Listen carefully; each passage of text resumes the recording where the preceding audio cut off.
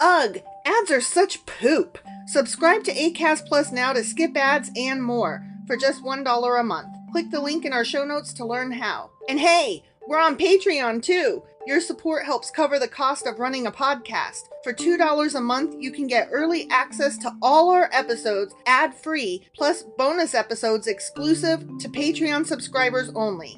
Visit patreon.com/sacrilegious discourse to sign up now.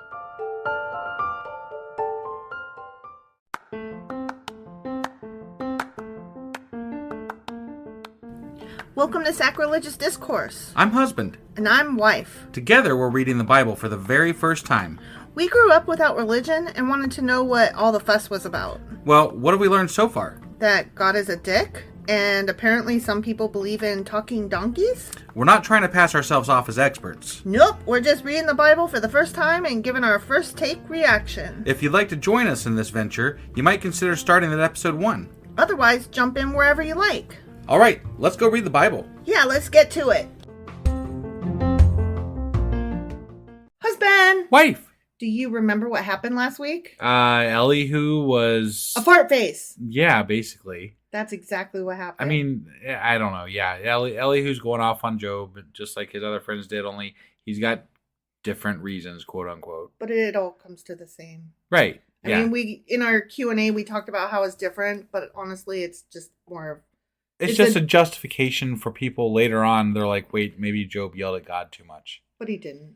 He didn't. No, he was completely justified. Yeah, I think God deserved more yelling at, actually. Yeah. And anyways, that section was added later, so fuck off. That's what I'm saying. Yep. All right, so that was Job chapter 35. Sure as fuck was. And today we're going to be reading Job chapter 36. Before we hop in, though, I do want to mention that I did not get our weekly replay out. We did not get our Patreon episode done, which will be done today, actually. We're putting this out for Monday, so today, midday, we'll have both of those out, so bear with us and we'll have them there. Yeah, sorry. Sorry. Okay. Sorry. Let's get into this. Okay, bye.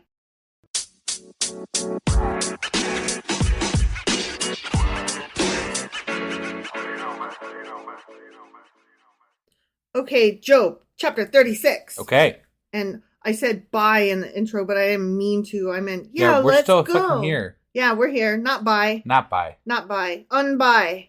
Okay? So anyway, Elihu continued. Okay. What's he continuing with? Bear with me a little longer. Oh, God. And I will show you that there is more to be said in God's behalf. I wish there wasn't. Me too. Right? I get my knowledge from afar. He is an uppity son of a bitch. Yeah. I will ascribe justice to my maker. Be assured that my words are not false. One who has perfect knowledge is with you. Okay. Wow, who likes himself a little bit? Right? He has perfect knowledge. God is mighty, but despises no one. He is mighty and firm in his purpose. Wait. He said, God said, that at some point he was like, y'all are my people, but only like because you're not as bad as the other people. Yep. That does not sound like he despises no one. Right, yeah. Yeah. It sounds like he does despise people and only kind of doesn't despise his people. Right. Like that does not sound like that. Yeah, that does not sound like someone who does not despise people. Exactly. But this kid, this boozy guy, he's got perfect knowledge. He knows. Right. He knows the know. Yeah. He does not keep the wicked alive, but gives the afflicted their rights. He does keep the wicked alive. Yeah, right. I mean, he could definitely kill them. He killed that dude that fucking picked up sticks on Sunday. Yep. Or Saturday, whichever it is, the fucking, day that they kill people for picking up sticks on. And what day is the week? What day do we kill people that pick up sticks? Yeah. Oh. And Aaron's sons for fucking lighting the wrong goddamn incense. Yep. I mean, he definitely kills people. He does. He does not take his eyes off the righteous. He enthrones them with kings and exalts them forever. Or gives them boils and kills all their kids. Right. Because he is a dick. Right. Yeah. But if people are bound in chains, held fast by cords of affliction, he tells them what they have done, that they have sinned arrogantly. Hey, Job, did he tell you what you did? Right? Like, I hope this Elihu kid gets his just desserts. Right? Yeah. I really do. He makes them listen to correction and commands them to repent of their evil. I don't recall this conversation with Job. No, I sure don't. Yeah. If they obey and serve him, they will spend the rest of their days in prosperity and their years in contentment. That's not what happened here. And that is not what happens to a lot of people I know. Right, So yeah. fuck off with that nonsense. Right? But if they do not listen, they will perish by the sword and die without knowledge. Okay. Die without knowledge? Yep, that's Okay. what happens to you. All right. The godless in heart harbor resentment. Even when he fetters them, they do not cry for help. They die in their youth among male prostitutes of the shrines. What? Holy shit. What is that even? I don't know. I don't. They die male in their prostitutes youth of the shrine. Yeah, what? Okay. But those who suffer, he delivers in their suffering. He speaks to them in their affliction. Oh, okay. To help them? To what? Like, but I why are don't they? know. If he's God, why does he leave them? Like, he's just going to talk to them while they're afflicted? Here's the thing. He's trying to have it both ways. They get afflicted, and then God talks to them, and he can save them. But also, God afflicted them because they were bad. So he's having it both ways. Yeah, no, I mean, which came first? Either God afflicts the bad and only the bad, or I don't get it. No, I don't either. It doesn't either. make sense. Oh, listen to this. He is wooing you from the jaws of distress to a spacious place free from restriction, to the comfort of your table laden with choice food. I would like some choice cheesecake. Yeah, right, yeah. That is what I would and like. all you got to do, apparently, is just ask for God's help and really mean it. Well, that's it. That's all you got to do. I tell you what, if a magic cheesecake appeared before me, I would consider believing in God. Maybe you should just, give it a shot. It doesn't take a lot. Right? Yeah. If the magic cheesecake shows up, we'll just end the podcast. Fuck yeah, we will. Right? Because cheesecake. But I mean, it's got to magically appear. Show up. Not like somebody just mailed it to us and it was delivered and I'm like, oh, somebody heard our podcast and sent us a cheesecake. There can't be a rational explanation for it. No, I'm talking magic cheesecake. Poof, it appears on my table. Right, only magic cheesecake will do. Yeah. That should be a t-shirt. Only magic cheesecake will do. It's true. But now you are laden with the judgment due the wicked. Judgment and justice have taken hold of you. Be careful that no one entices you by riches.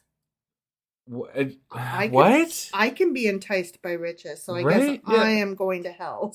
Your life sucks, but if somebody tries to entice you with riches, don't let that happen. So wait, God will take care of you and give you riches, but if somebody helps you, is that enticement? I don't know. Who's enticing? I don't know. Is that not just maybe God giving you those things? I don't understand what he's saying. It depends on who decides. Okay. Yeah. Do not let a large bribe turn you aside. Okay? I'm going to bribe you to not like God. Hey, here's 20 shekels if you won't like God. I would like a cheesecake. Would your wealth or even all your mighty efforts sustain you so you would not be in distress? What? I don't know. Is your wealth and stuff going to sustain you? No. Do not long for the night to drag people away from their homes. I always long for the night because I love dragging people away from their homes. Do you? No. Okay. I long for the night because then I get to sleep. Right. Inside my house. Yeah. Beware of turning to evil, which you seem to prefer to affliction. Based on what? Yeah, that Job is always doing that evil. Never. Right. Even according to God. Yeah. Never. Right. God is exalted in his power. Who is a teacher like him? Nobody. Who has prescribed his ways for him or said to him, you done wrong? I mean, Job kind of told him he did wrong. So I also did. Yeah, no, I mean, he's definitely done wrong. Yes. That God, he has some work to do. Yeah, I agree. He needs to repent of his sins, honestly. I think he does, yeah. Yeah. Remember to extol his work, which people have praised in song. They sure have. You remember those songs? We have more songs coming up, yeah. I'm still afraid of how we are going to deal with the Psalms and the, what are those other ones? The Psalms and not the praises. Hymns? No. God, you said this last time. I don't know. Okay, there's the book of Psalms and the book of, is it Proverbs? Yeah, I think that's right. Okay. Well, those are like speechy and song and hymn things. Right. And I'm just not looking forward to those at all. We'll just cross that bridge when we get there. All right. All humanity has seen it. They've seen it. Mortals gaze on it from afar. How great is God, beyond our understanding. Then why the fuck do you think that you have the right to stand here and pretend that you get it? Right. Like, who do you think you are? This is just it. Like, they speak in circles, like, beyond your understanding, but this is exactly what he wants, so do that. It's beyond our understanding, but I understand it. Right, obviously. Because I love God. Of course I do. That makes me an expert. Didn't you see my top hat and monocle? Prom. Of course I love God. Right. The number of his years is past finding out. Okay. He depends, old. Depends on who you talk to. Some people think that the world just started like 6,000 years ago. True, which back then would have only been like, what, a couple thousand? Yeah, 1,000? yeah. I don't know. Shortly. Right? Yeah. Yeah. All you gotta do is go back to Adam and Eve. That was the beginning. Yeah, so a few thousand years. That's right. it. Yeah. He draws up the drops of water, which distill as rain to the streams. The clouds pour down their moisture, and abundant showers fall on mankind. Except for when we're in a drought. that he caused. Who can understand how he spreads out the clouds? How he thunders from his pavilion? Okay, when you talk like that, I can see your Greek right. I was just saying, remembrances. Yeah. You know what I mean? That's literally Zeus and shit. Yeah, so you don't understand how storms work. Got it. You made that abundantly clear. Yeah. See how he scatters his lightning about him, bathing the depths of the sea. This is the way he governs the nations and provides food in abundance. Except for, he doesn't, because literally in the Bible, they talk about people who are poor and homeless and have no food. Right. And how we deal with them by leaving, some of our trees on the outside of our farmland. Fruit that has fallen, you leave on the ground and stuff like that. Yeah. He fills his hands with lightning and commands it to strike its mark. His thunder announces the coming storm. Even the cattle make known its approach. Okay. The end. Okay, so yeah, there's that. That happened. That was Job chapter 36. It's stupid, but it sure as fuck was. It was. And tomorrow, today actually, we're going to be getting out the things that we were late on. The weekly replay and the Patreon episode. But then tomorrow we'll be back with Job chapter 37. All right. We'll see you guys then. Yep. Bye.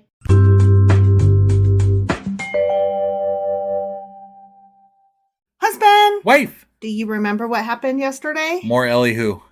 He was extolling God's greatness because he speaks for him, because he knows exactly everything about God. And he was going on about like thunder and lightning and shit. Thunder only happens when it's raining. Players only love you when they're playing. Right. Yeah. Right? Sure. Yeah. Yeah, sounds good. So that was Job chapter 36. Sure as fuck was. And today we'll be reading Job chapter 37. All right, let's go do this. Okie dokie.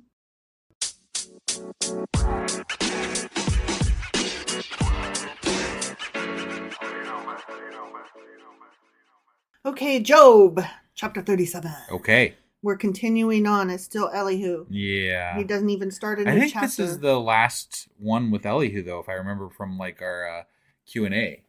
I forgot to pay attention. Well, I think it is. I hope it is. I don't want to promise anybody anything, but right. Well, I think it is. I really hope it is. Yeah. But it's not even like a new subheading. Like, it's There's just, and it's just going. it's Just still more more Elihu. extolling God's greatness. At this, he continued. At this. Kind of like then, my heart pounds and leaps from its place. Listen unto the roar of his voice. What? It roared? You're gonna hear him roar. All right, Katie. To the rumbling that comes from his mouth. Okay? Yeah. Listen. I'm listening. He unleashes his lightning beneath the whole heaven and sends it to the ends of the earth. Where are the ends of the earth? Do you think there's lightning in Antarctica? I don't know. Right? There? I don't know either. Is there? I would imagine there might be, but I don't know that for a fact. I would think that there is. You would think so. Why wouldn't there be? I don't know. I mean, is there lightning in Alaska? That's where the Aurora Borealis I'm sure there's lightning in Alaska. I don't know. Like you don't know. I don't know much about Antarctica. You know. I don't either. It's not like on my list of interests, honestly. Right. Yeah. Okay. Well, after that comes the sound of his roar. Again, you're gonna hear him roar. Yeah. Yeah. Oh. Yeah. There's almost no lightning in Antarctica, basically. Oh, are you serious? Yeah. You just looked it up? Yeah. Wow, good to know. Yep. It's 0.1 to 1 strikes per square kilometer per year. That's hardly any. I lived in Florida for a stretch, and at their national parks, they actually have shelters that. Florida fucking sucks for lightning. Yeah, that's what I'm saying. Dude, I went down there, and I was down there for a manager conference thing, and we went down in the middle of stormy weather, right? Mm-hmm.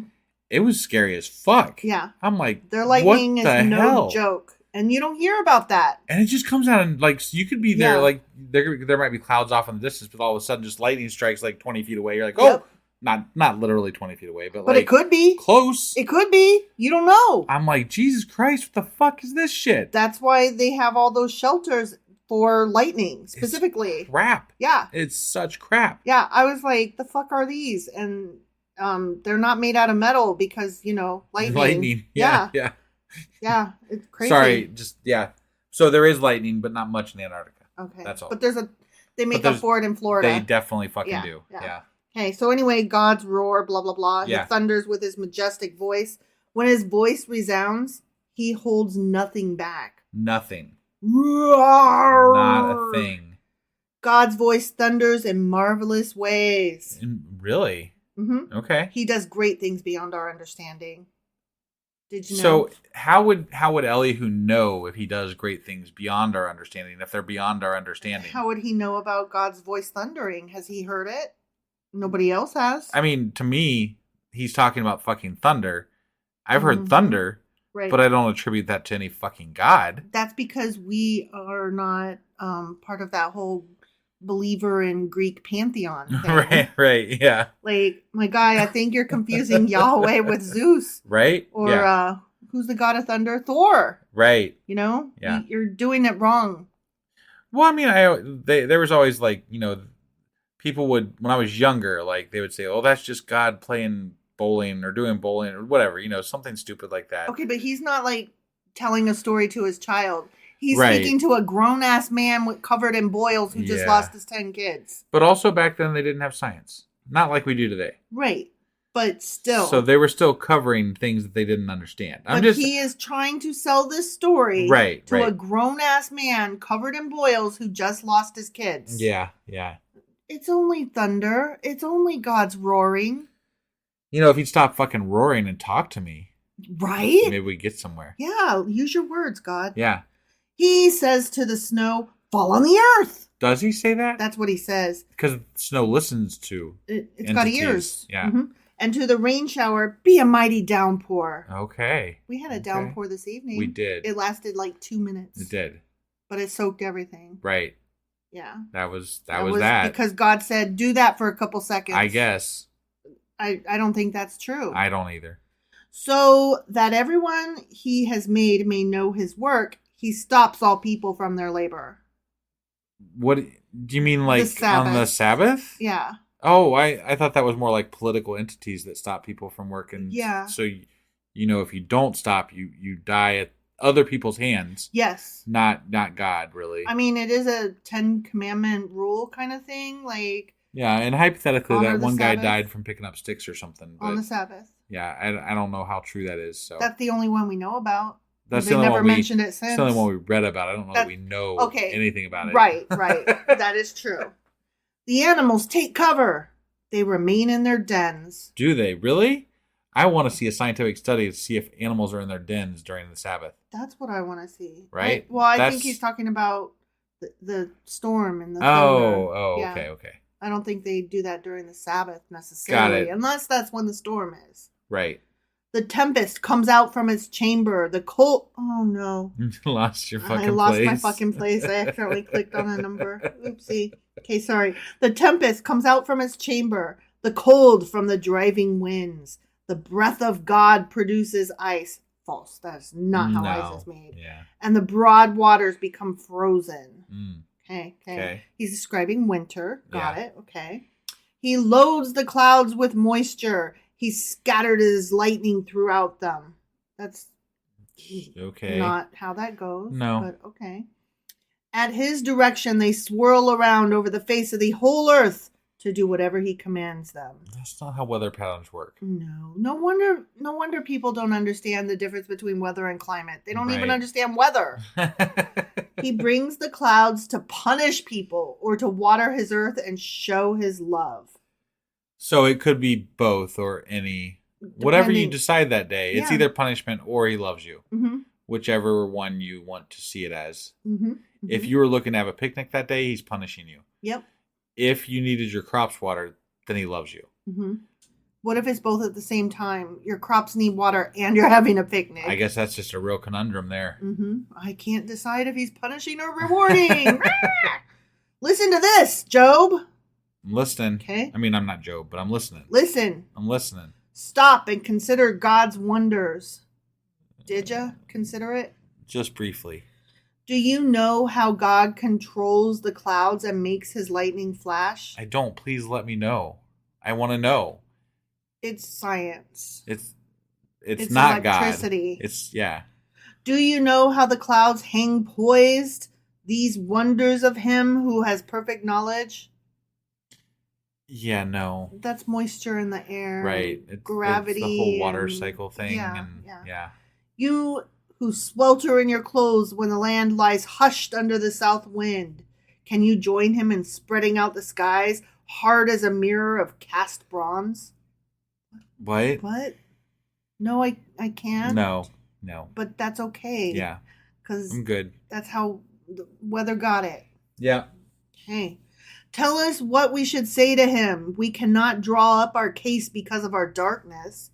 Should he be told that I want to speak? Would anyone ask to be swallowed up?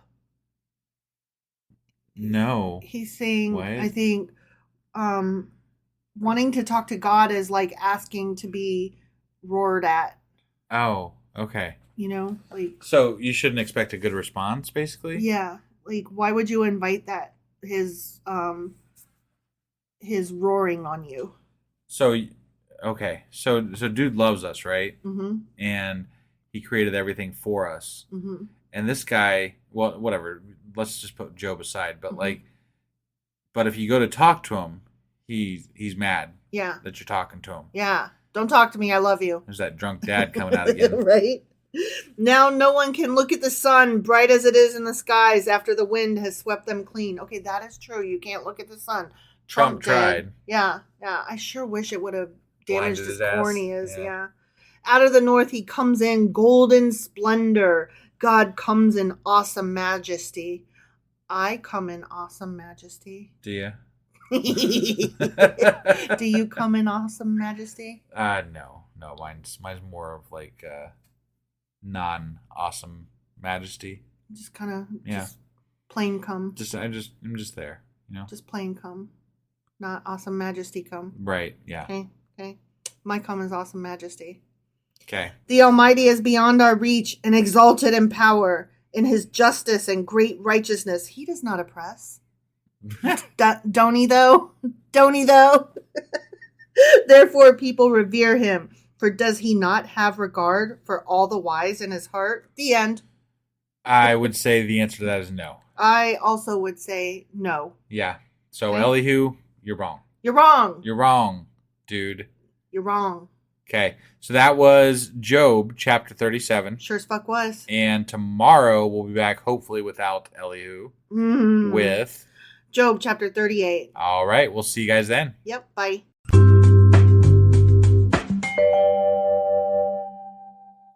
Husband. Wife. Do you remember what happened yesterday? So we're listening to Elihu. Elihu. Yeah, that guy. And he's just going on about more of how Job sucks, but not really because he doesn't really know what he's talking about. And then God makes thunder and shit, apparently. Or no. Oh, wait, no. He commands snow to fall. Yes. That's right. Yes. I forgot. The snow listens to God, apparently. It has ears. The rain has ears and the thunder. Because God tells it to fall and it falls. Yeah. Yeah. That's what and happened. It rained yesterday, so God obviously told it to rain yesterday here, apparently. But we keep not getting struck by lightning. Yeah, so. It's weird how that works, right? With our atheist podcasts and all. Yeah. So anyway, that was Job chapter 37. Sure as fuck was. And today we're going to be reading Job chapter 38. All right, let's get into this. Okie dokie.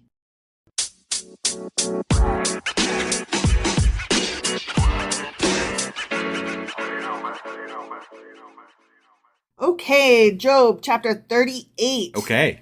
Uh-oh. Uh-oh. Guess what? I don't know. The Lord is going to say some shit. He's going to say some... Oh, shit. God's talking? Yes. Oh, fuck. We've been waiting for this shit. We have never read this before, so it's so exciting. Have we ever heard... Has God ever... Wait, no. They did ask... God asked Cain... Or somebody, like he talked to Cain and like back in Genesis, he talked to them there. Mm-hmm. But other than that, we've only heard that he has talked to people. I don't think we've heard actual words from him since Genesis, have we? No, didn't he talk to Moses?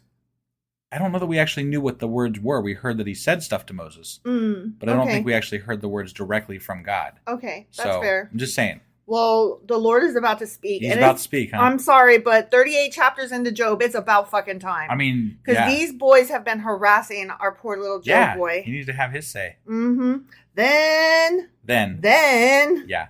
The Lord spoke to Job out of the storm. Oh, okay. The storm that he created. Yeah. Here he comes. He said, ready. Who is this that obscures my plans with words without knowledge?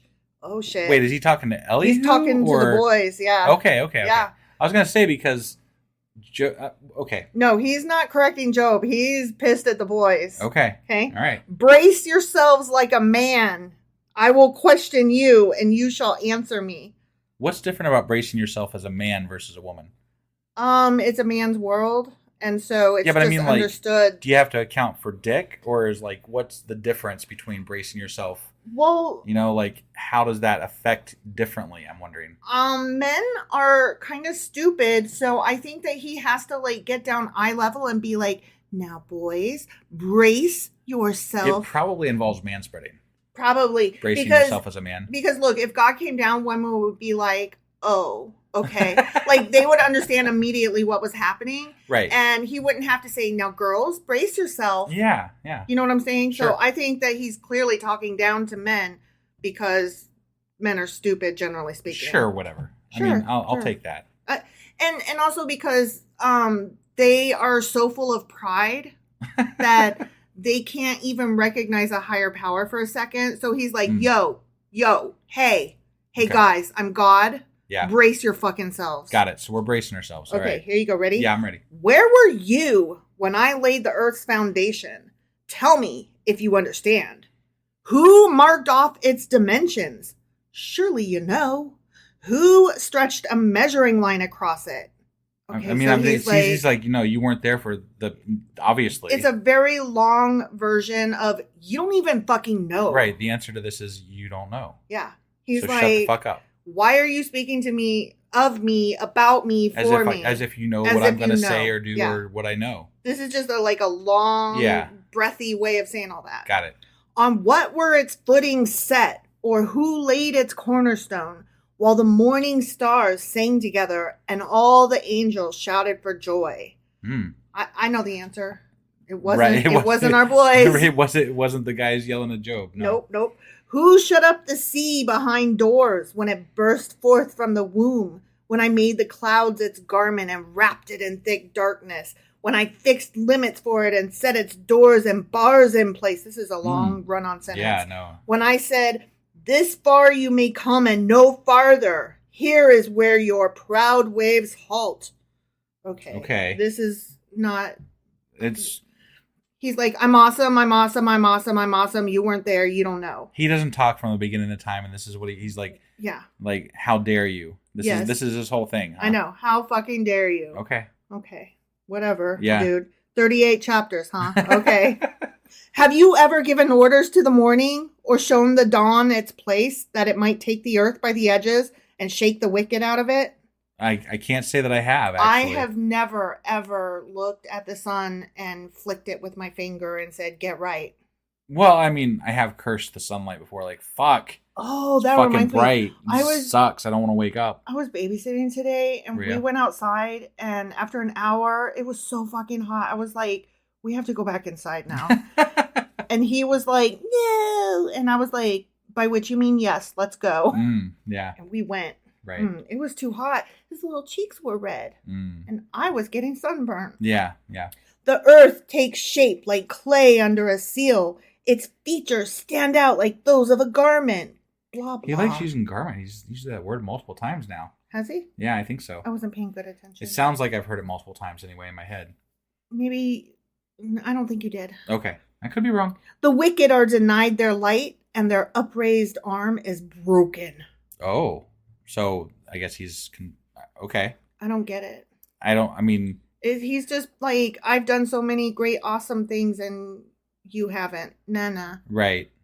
So again, why are you speaking for me? But what does it mean to deny the light? Like, does that mean... is he saying that there's a heaven that they don't get into, or is he just saying he breaks their fucking arm? I don't know. I mean... it sounds like he's like just talking about how awesome he is and he's done all these things and you didn't. Right. Well, yeah. He's like, you suck. I'm awesome. Yeah. No. So why are you acting like you don't know shit? talk for me. I'm the one that did all this shit. Yeah. That's basically it. He's going on and on a bit. He is going on and on a bit. I think he likes the sound of his own voice. A little bit long-winded here, this guy. Yeah. Have you journeyed to the springs of the sea? No. Or walked in the recesses of the deep? No. Have the gates of death been shown to you? No. Have you seen the gates of the deepest darkness as opposed to the shallow one? No. God, yes, okay, I get it. You're awesome. Right, what's your point, man? Have you comprehended the vast expanses of the earth? I mean, y'all don't even... We have Google Earth. Okay, but listen.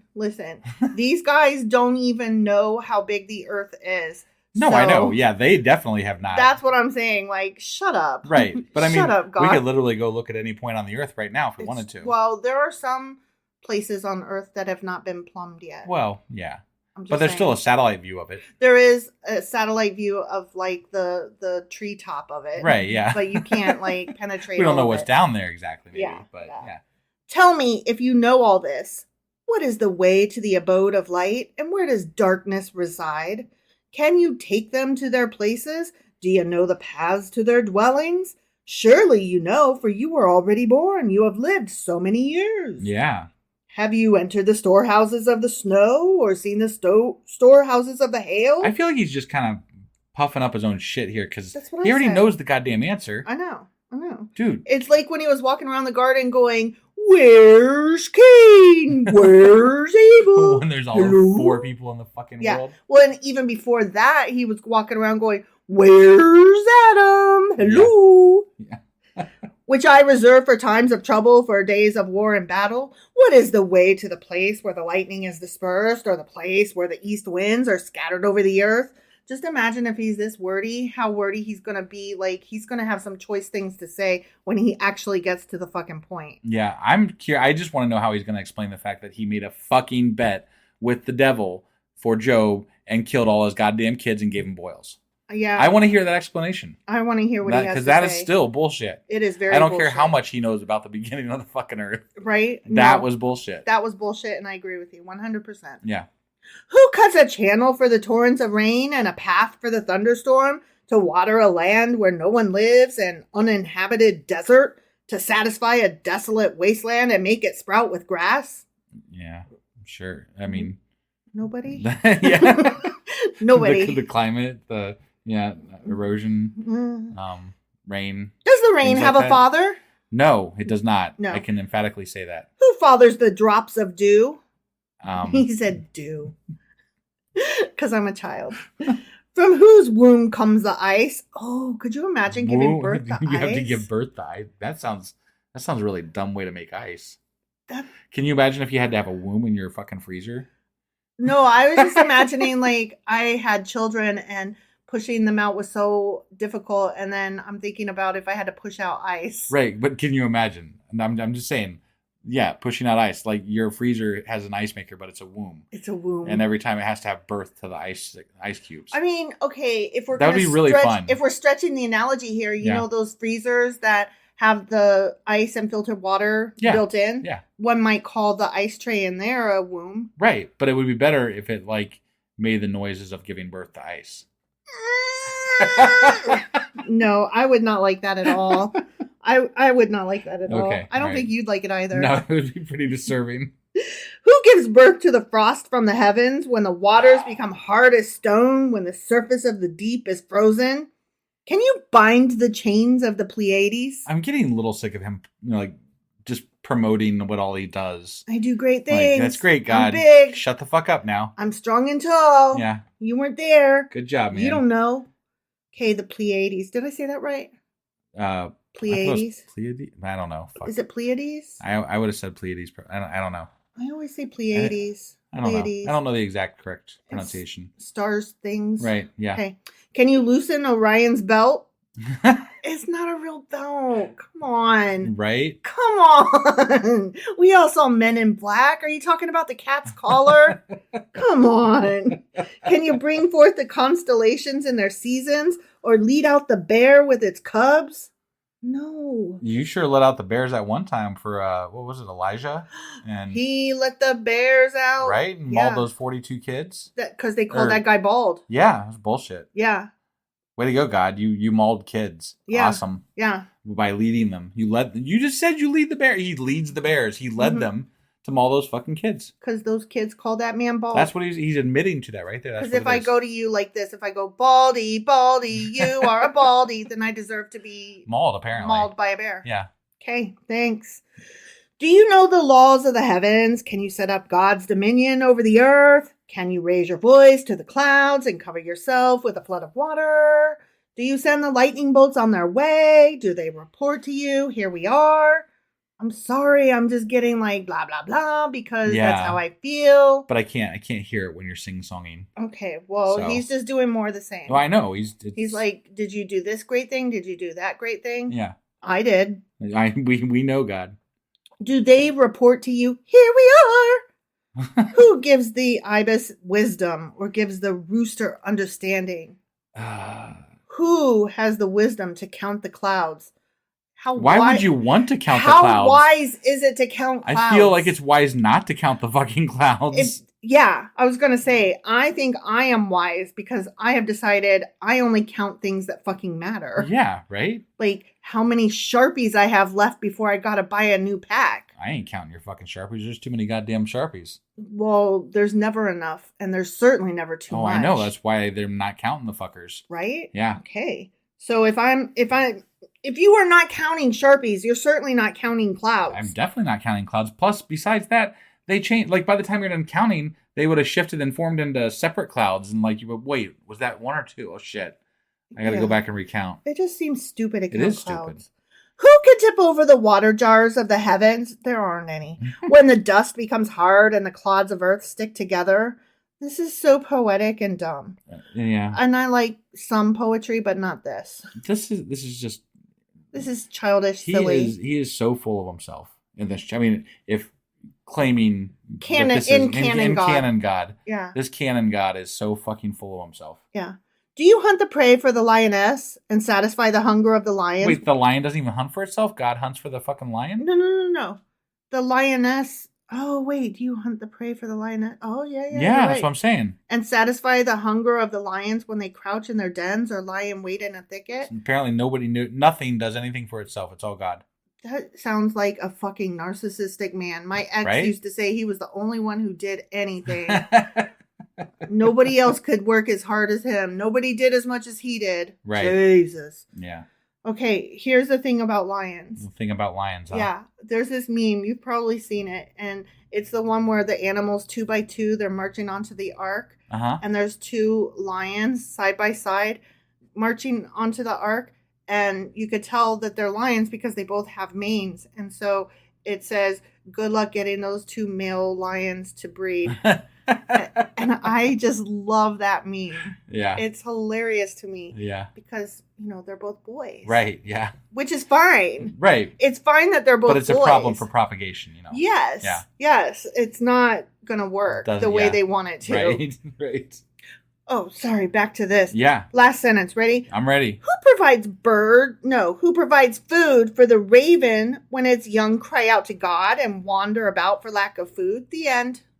Okay, so we had a lot of Who does God greatness? asking questions that we're assuming he's claiming he does himself. Right. That was a really stupid chapter. It was such a long-winded way of saying, do y'all do some shit? Because I do. Right. No, I get that he's like, chastising these folks for like saying things that they think God would do, but like, right. Did you have to go on that much about that much stupid bullshit? He loves telling everybody how great he is. Apparently, yeah. Well, he likes other people telling other people how great he is too. Mm-hmm. Apparently, also. Mm-hmm. So, anyway, that was Job chapter 38. It sure as fuck was. And tomorrow we're going to be back with Job chapter 39. All right, we'll see you guys then. Yep, bye.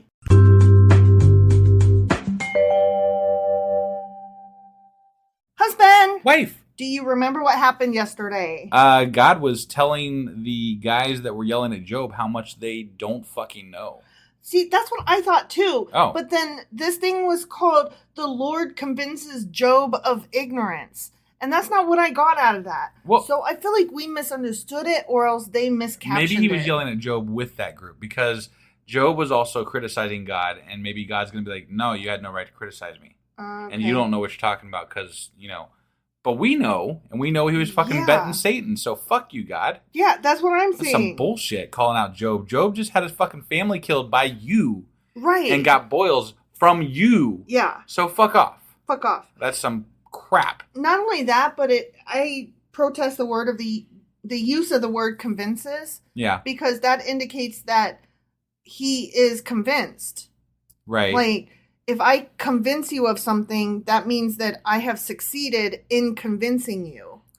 Is it convincing or is it cowing? Because, Well, I just would have preferred that it said the Lord attempts to convince them. Right. Or commences in convincing. Or begins the act of convincing. Sure. Not just that he does. But the Lord does or does not. There is no middle ground. Oh my God. Well, that grammar bothers me and I don't like it. All right. That's all I'm saying. Well, anyway, that was Job chapter 38. Sure as fuck was. And today we're going to be hopping into Job chapter 39. All right, let's do this. Woot woot.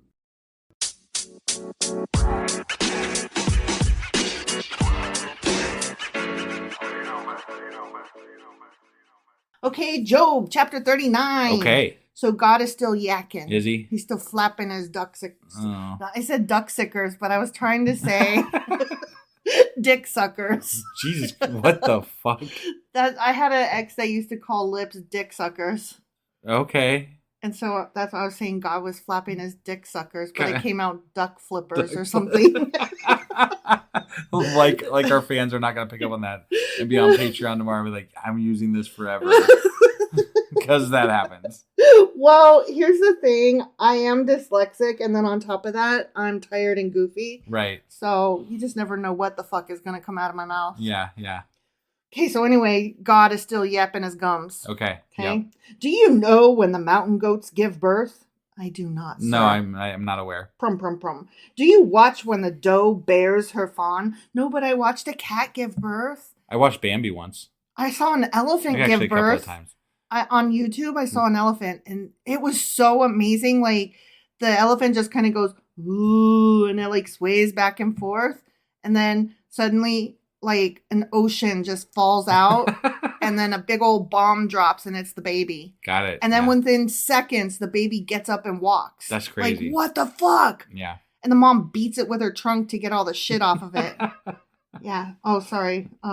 Yeah. But yeah, did I watch a doe bear her fawn? No. But haven't done other animals, yes. Okay. So yeah. I'm gonna give that one a yes, kind of qualified. Right. We've seen asterisk. similar, things. Yeah. Do you count the months till they bear? I mean, yeah, when I have a cat, I'm like, how many months? And when I was pregnant, how many months? And when my sister was pregnant, how many months? Yeah, I count months. But not specifically the goats or the whatever. Not like all of them. Is that the question? No, it's asking you, do you count the months until they are, having their kids? I mean, they're babies. Specific ones, not just generic across the board. I count the months till a specific person or animal gives birth. Right, but it's asking you about mountain goats and shit. No, this was a doe. Does. You don't have any does that you're friend with. No, that's what I said. An asterisk saying not a doe per se, but other animals. But if God wanted to talk about, humans, they would have said humans. Okay, but what about cats? When my cat gets pregnant, yes, I would count the months. Our cat does not get pregnant because we get ours spayed and neutered. Oh my God, in the past, I've had a cat that got pregnant. And yes, I counted the time until it was time for her to bear. Got it. That's what I'm saying. Okay. I feel like you're being obstinate. I am. Okay. Yeah. Do you know the time they give birth? I mean, again, like out in nature, just in general, no. But specific pets in my care, yes. Maybe. I don't know what he's asking. I don't either. I'm irate because I'm confused. I think you're irate because you're tired. I'm irate because I'm a bitch. They crouch down and bring forth their young. The labor pains are ended. Okay, that is a fucking lie. You know why? Why? The labor pains don't just end just because you got the baby out of you. Okay. You still have to deliver the placenta. And then also your body is still like cramping and stuff. And also all of your shit is swollen. Yeah. Like your labia are swollen to the size of testicles because they have gone through trauma. And everything hurts because you just gave fucking birth. Right. So no, the birth pains are not over. And it's clear a man wrote this shit. Their young thrive and grow strong in the wilds. They leave and do not return. I mean, depends on the type of animal, really. Some of them actually do. travel depends on the type of animal. I mean, our son took off. Who let the wild donkey go free? Who let the dog out? You used that yesterday. I did. It's not my fault. Okay. It's still relevant. All right. Who untied its ropes? Was it God? Did God untie the ropes? Why did they have ropes?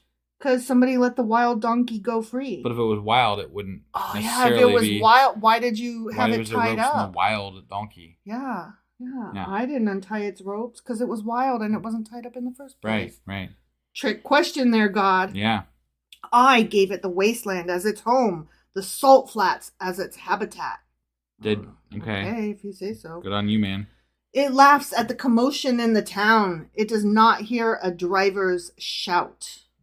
I mean, we have raccoons in our backyard and they do not laugh. They just like crawl around looking for grubs. And yeah. It ranges the hills for its pasture and searches for any green thing. Who cares? What is this all about? Like, what are we going on about here? What's it about? Will the wild ox consent to serve you? No, I don't know. It's wild. It doesn't serve anybody. I didn't ask it. I don't need an ox currently, so. I mean, I have a dishwasher, so I really don't need a maid service for the kitchen either. Yeah. I mean, I would like if somebody came in and cooked dinner. Do you think a wild ox would come cook my dinner? No. Damn it. Don't send wild oxes. I mean, I'm not going to stop you. You send whatever you want. I'm not accepting that, though. Will it stay by your manger at night? I don't have a manger. Why would you have an ox by a manger? I want a manger. Why? I never get to have a manger. Why do you want a manger? So I can say, no, it does not stay by my manger at night. But what's the difference between a manger and a crib, though? I think one is made out. A manger is a crib, essentially, right? I guess. Maybe? Yeah, I'm trying to. I started to say it's made out of wood, but no, cribs are made out of wood. What is a manger? How is it different? I don't know. Is it on the ground, whereas a crib is raised? I don't have the answer to that. It's in a barn, whereas... That's definitely got to be it right there. It's in a barn. It's in a barn. Yeah, and there's like, you can see all this. You got to specifically the North Star. You got to see that North Star. Yeah. Just in case somebody's going to bring some gifts or some shit, right? You stupid. That's how you let people know, right? Yeah. Yeah, okay. Can you hold it to the furrow with a harness? I don't even understand that question. Well, that's because it's like farmy shit, you know? Will it till the valleys behind you? No. I don't know. I don't have valleys because this is all contingent on whether it serves you in the first place, which you already asked, and now you're just going on about bullshit. Okay, look, my backyard is not big enough for furrows and tills. I mean, you could. It just wouldn't take very long. I mean, okay. You have to make some quick turns. If we planted something in the backyard, like if we planted corn, I mean, we would have like a row of corn, and it would be not a long row. No, it wouldn't. But we rent, so I'm not going to to do that experiment. Okay. Will you rely on it for its great strength? Will you leave your heavy work to it? Okay, God is getting off track here. Yeah, I don't know where he's going with all this shit. Can you trust it to haul in your grain and bring it to your threshing floor? I don't have either a manger or a threshing floor. I'm really starting to feel left out. But I feel like he's trying to get at something here, like... You can't control the animals, but I can. He's comparing animals to us with him. Like, the amount of control that we have over animals is maybe the amount of control that he has over humans. Well, he doesn't exercise it very much, does he? Right, but I think that's what he's getting. I think that's the point that's trying to be made here. I'm not saying it's a good point. I'm just saying that that's what I think he's getting at. Well, I'm not following. Okay. The wings of the ostrich flap joyfully. I mean, you don't know if it's joyful. Yeah. Though they cannot compare with the wings and feathers of the stork. Why? Why? I mean, okay. Having said why, I am going to step back a minute and say, but a stork is prettier than an ostrich. But beauty is in the eye of the beholder as well. Like, it doesn't necessarily, like, you know, you may think that the stork is more beautiful than the ostrich, but there may be somebody out there that thinks that the ostrich is more beautiful than the stork. I would be hard pressed to believe that somebody thinks that. Honestly, unless it's like somebody specifically who studies ostriches and like that's their. So you're saying there might be somebody, but they would be biased. Isn't beauty a biased opinion anyway? No, I'm unbiased because I don't give a shit about ostriches or what are they? Storks. I don't give a shit about either of them. That's not true. You grew up in a society where storks are more part of the cultural narrative that we use. I mean, storks are literally part of our cultural narrative, whereas ostriches are these exotic beasts that you find out about later when you're in science class. They don't even fly. Right. They're stupid. They stick their heads in the ground. They're dumb. Or something. I think they're ugly and stupid. Their feathers are not pretty. I'm just saying. Okay, but if we're going by that, then you're trying to tell me that, like, for example, a peacock isn't prettier than a stork? I'm saying that somebody out there might think that, correct? You think that there is a human on this planet that would think, honestly, that a stork is prettier than a peacock? It's a possibility. I'm calling bullshit. It's a possibility. No, I disagree. You are wrong, and you're just being argumentative to play devil's advocate, and is bullshit, sir. Okay. Anyway, threshing floor. Yeah. Blah, blah, blah. Mm-hmm. The wings of the ostrich flap joyfully, though they cannot compare with the wings and feathers of the stork. She lays her eggs on the ground and lets them warm in the sand, unmindful that a foot may crush them, that some wild animal may trample them. I like penguins. Probably more scared of the animals that are coming up to them. Mm-hmm. And it's not about mindfulness. Yeah. It's about, not wanting to be eaten. But I like penguins. Yeah. As long as we're comparing birds. Sure. Because the mom leaves and is like, okay, you're in charge, bye.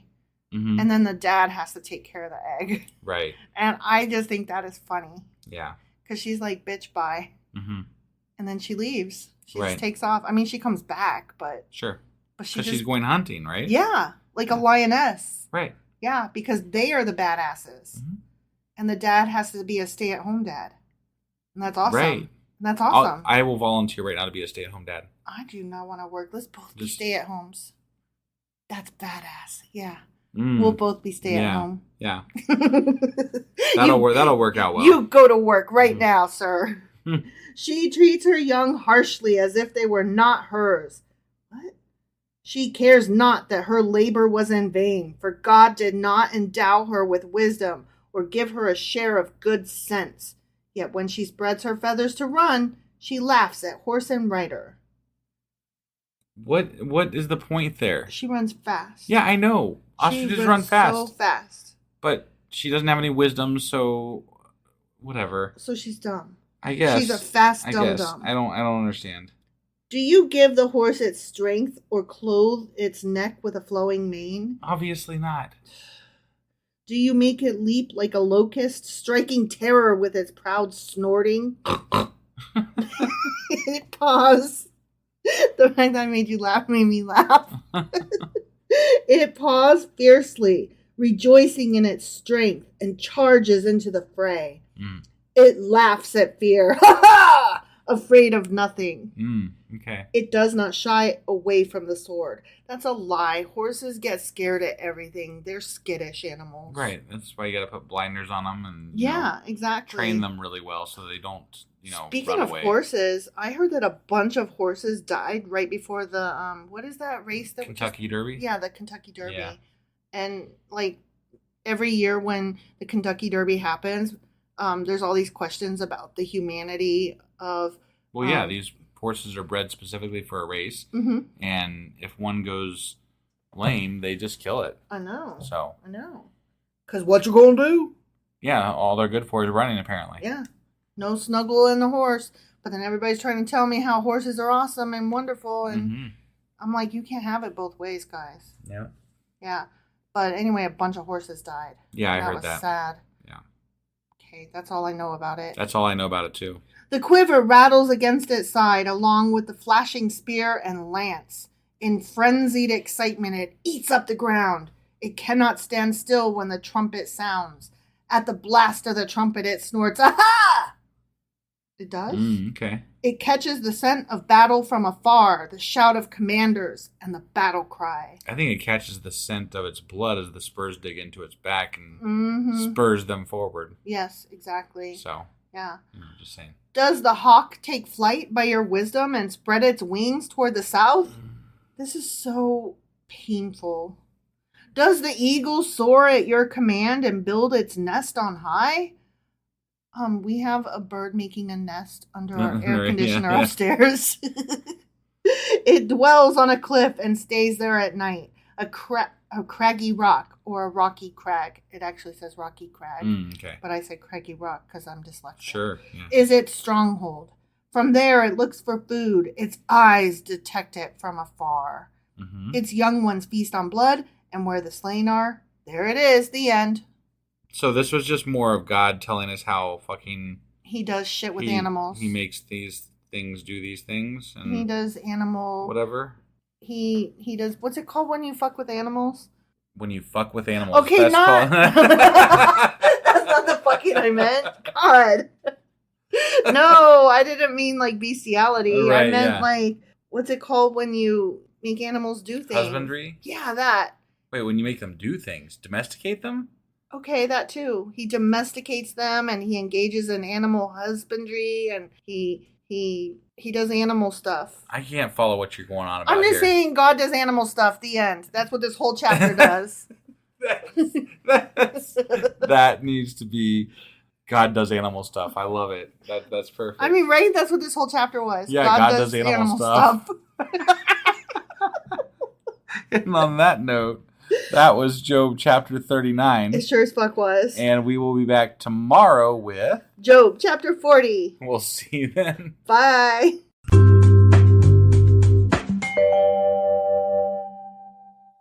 Husband. Wife. Do you remember what happened yesterday? Because I sure as fuck do. Yeah, God's into animal stuff. He is. You know what his little speech reminded me of? What's that? It reminds me of this. Okay. Have you ever heard the wolf cry to the blue corn moon? Or asked the grinning bobcat why he grinned? Nope, never have. That's what it reminded me of. What's that song? I know that I know it. Colors of the Wind from Pocahontas by Disney. Okay. Yeah. Got it. Yeah. And also, have you heard that the heron and the otter are her friends? I guess I have because I saw Pocahontas. I wonder if the peacocks and the ostriches and the other birds. What are the other birds? The other birds. The penguins. What were the other birds we fucking talked about? Duck slippers? No. Oh my god. The birds that I was saying were prettier than ostriches. Storks is the only one I can recall off the top of my head. Storks. Okay. Yeah. All right. Are you friends with those? No. Then fuck off. That's what God's saying. Yeah, not really, but okay. I mean, that is kind of what he was saying. Whatever. He's saying a bunch of shit is what he's saying. I'm not down with what God's saying. How's that? He was singing the Pocahontas song. And yeah, he kind of was. Like, I'm friends with all the animals. Are you? No, he wasn't saying he was friends. He's like, I made all these things. Mm-hmm. I'm into animal shit. I'm into animal shit. Yep. I do animal stuff. He does animal stuff. Yep. Yeah. So that was Job chapter 39. Sure as fuck was. And today we'll be reading Job chapter 40. All right. Before we get into this, real quick. Oh, yeah. I need to mention that we have a new Discord server. As opposed to an old one. Yeah. And I don't know what the fuck I'm doing, really, but we have it. And it's there. And until the end of this month, we are doing free, we're allowing everyone to join us for our live broadcast of our podcast every night. But there's not many people that know this exists yet. So lately, we haven't had anybody in there hardly, except for like one person. Because we forgot to say, we have a thing. Yeah, we have a thing. So you should join us on our Discord server. Yeah. I will have a link to the Discord server in the show notes here.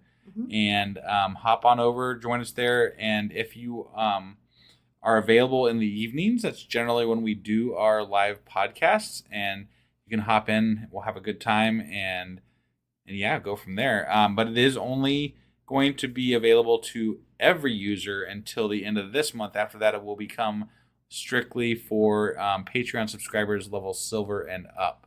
And then we'll also have a special hangout room available for those same patrons that we can maybe once every couple of weeks have a Q&A talking session, whatever with you. Ooh, fun. So, yeah, that's kind of the plan as we're going right now. But through the end of this month, everybody can jump in. You're invited. And the Discord server is not just the live broadcast. We have, pages on there for memes and for discussion of atheism and help us with setting up our Discord server because I don't know what the fuck I'm doing. Yeah, we had to have Kid help set us up. Yeah. And they were like, oh my God. Yeah. Like they were sick of our shit. So anyway, hop on over there, see us over there, talk to us over there, and we'll look forward to seeing you there. Come play with us. Yeah, come to our Discord. Yeah. It's good stuff. All right, now let's get into this chapter. It's Job chapter 40. Sure as fuck is.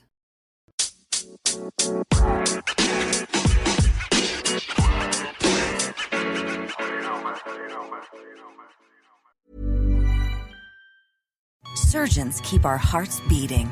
They do the amazing, help save lives, and so can you. Your CSL plasma donation can help create 24 critical life-saving medicines that can give Grandpa the chance for his heart to swell when he meets his new grandson, or give a bride the chance for her heart to skip a beat on her wedding day. Every plasma donation helps more than you know. Do the amazing. Help save lives. Donate today at your local CSL Plasma Center and be rewarded for your generosity. Okay, Job, chapter 40. Okay. Continuing on. God's still yakking. He's still yakking, eh? He's still flapping his duck slippers. The Lord said to Job, will the one who contends with the Almighty correct him?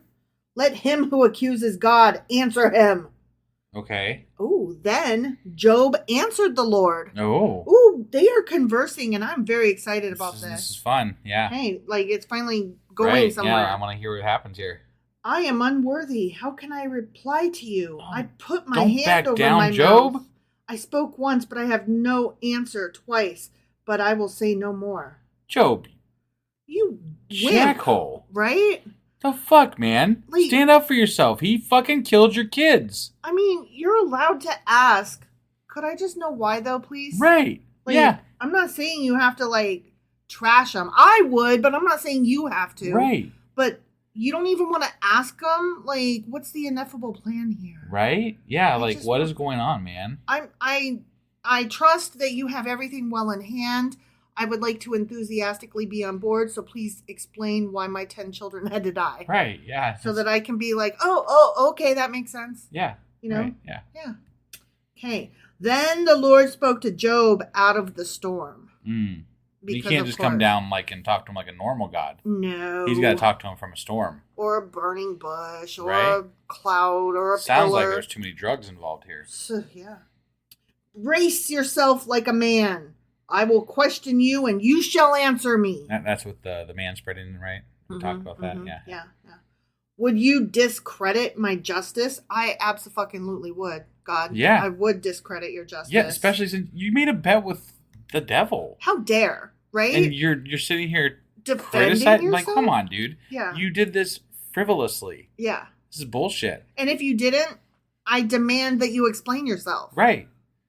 Would you condemn me to justify yourself? Yes, Yeah. I would. Because as you point out, sir, I am blameless. You shouldn't have to feel bad about it, really. No. Because you sucked this time. You did. You sucked, God. I mean, we all make mistakes. In my opinion. Some of us are better at admitting. Right. In my opinion, though, you sucked many other times, too. Sure. Not Absolutely. just this time. No, I totally agree. But specifically for Job, Yeah. you sucked ass. Yeah, you did. You did. So. Do you have an arm like God's, and can your voice thunder like his? You know what? It doesn't matter that he doesn't, because you still fucked up. But how would he know? You're talking to him from a storm cloud. Right? Come down and talk to me face to face, man. Right? Then I can tell you. Yeah. It's true. I mean, if you got an arm like me, then I can tell you, yeah, you got an arm like me. If you don't, then you fucking don't. I mean, I'm assuming I don't. But the thing is you're deflecting. That Right, has nothing yeah. to do with the matter at hand, which is you were an asshole, murdery Right, fuck. let's not get off subject here. Yes, you are all powerful and magic. Awesome. But the problem is that you killed my children. Yeah. Then adorn yourself with glory and splendor and clothe yourself in honor and majesty. No thanks, we aren't all arrogant, flashy fucks. Some of us are okay wearing jeans and a t-shirt. Yeah. You know? Yeah. Unleash the fury of your wrath. Look at all who are proud and bring them low. No, you're childish. Not all of us do that. Look at all who are proud and humble them. Crush the wicked where they stand. You mean like you didn't? Is this God talking or Job talking? This is God. It's God talking. Yeah. Okay. God's like, if you're all magical and powerful like me, do these things. Oh, yeah. But I'm just like... But I'm not. I never claimed to be, did I? No. Did no, Job claim to be? No. I didn't think so. But basically he's saying, because you're not powerful like me, you don't have the right to question me. I don't think that's how that works. That is not true or correct. Yeah, in or fact, good. I think the least powerful should have the most reason to question. Uh-huh. I'm the one being squashed. Can I please answer? I just want to ask some questions. Right? Shit, man. Yeah. Bury them all in the dust together. Shroud their faces in the grave. Then I myself will admit to you that your own right hand can save you. Okay. You had the power all along, Dorothy. Just click your heels 3 times, dum-dum. But he's saying he doesn't have the power, Right. and therefore shut the fuck up, basically. Yeah. Which is shitty. Again, This is shitty. deflecting. Right. This is bullshit. It really is. Like, we're just supposed to worship. It doesn't matter what he does. Right. We're just supposed to worship him, period. It doesn't fucking matter. Go ahead. It can be a joke, but it doesn't matter. You still have to abide by the laws of God and worship God and not question God because God. Because God. The fuck? Because magic. Right? I have magic, you don't. Therefore, I'm free to do whatever, and you got to smile about it. It's bullshit. It's and absolute not just fucking smile, bullshit. but sing my fucking praises. Yeah, fuck that. Look at Behemoth. Remember Behemoth? Yeah, I remember Behemoth. Which I made along with you, and which feeds on grass like an ox. I mean, does it though? I don't know. What strength it has in its loins. What power in the muscle of its belly. Its tail sways like a cedar. The sinews of its thighs are close knit. Why are we talking about the fucking behemoth? I don't know. I would like to know why you killed my children and gave me boils. Yeah. Its bones are tubes of bronze, its limbs like rods of iron. It ranks first among the works of God, yet its maker can approach it with its sword. With his sword, not its sword. The hills bring it their produce, and all the wild animals play nearby. Under the lotus plants it lies, hidden among the reeds in the marsh. The lotuses conceal it in their shadow. The poplars by the stream surround it. A raging river does not alarm it. It is secure, though the Jordan should surge against its mouth. Can anyone capture it by the eyes or trap it and pierce its nose? The end. Okay. I don't understand what did we get off on there? I'm not as strong as a behemoth even, so I can't question you. I'm going to go back to, you killed his kids. Fuck off with this bullshit. Mm-hmm. Answer the goddamn question. Yeah. I don't give a... This is all fluffy fucking crap. It's deflecting and it's like, I'm powerful. Right. What? I don't give a fuck. You don't have the right to question me because I'm powerful. Here's the thing. I feel like the best leaders out there, right? Mm-hmm. The powerful leaders mm-hmm. are the ones that do allow you to question them. Right. And do want you to challenge them. Because exactly. There's no way to be a better leader unless you learn from those that are under you. But see, there's your error. God is perfect, didn't you know? Bullshit. Right. Fucking behemoth shit. Yes. Behemoth shit, indeed. It's true. And Leviathan shit while we're at it. Yeah, sure. Why not? Mm-hmm, mm-hmm. And duck slippers. And, yeah, he is flapping his duck slippers here. Bullshit. That will be forever used. I mean, how could it not? Right, yeah.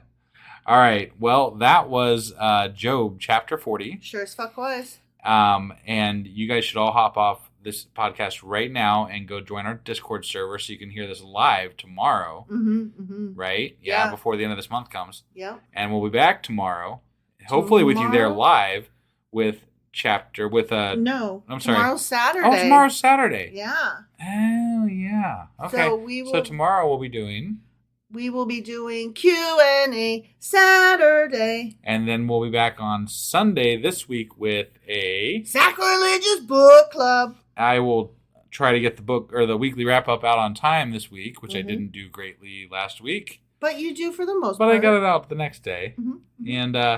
And then we'll be back on Monday with Job chapter 41, which is the second to last chapter of Job, and I'm very excited to see how this is going to wrap up. Yeah. Discord, guys. Go to our Discord server. Come now. play with us. Go. Okay, bye guys. Bye. Discord.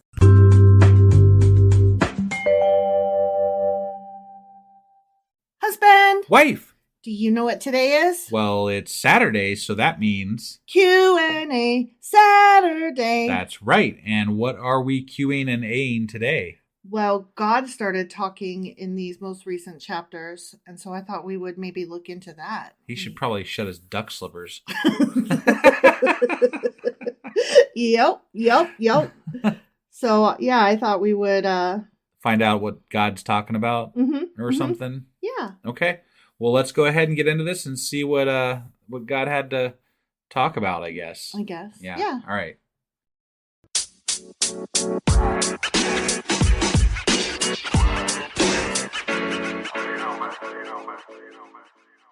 Okay, let's talk about God, baby. No. Okay, first I'm going to do a little bit of a recap over what happened. Yeah, and how we got here. Right, yeah. Not here like in our living room or like here on the planet, just like here in the book that we're reading. I figured since, we're talking about the Bible. Right. So Job's friends see that Job is suffering and they assume he must be guilty since obviously God is just. Right. I think they should put friends in quotation marks, though. They should. Because they're assholes. I don't think these are Job's friends. No. I think these are three guys who are friends who happened upon Job. Yeah.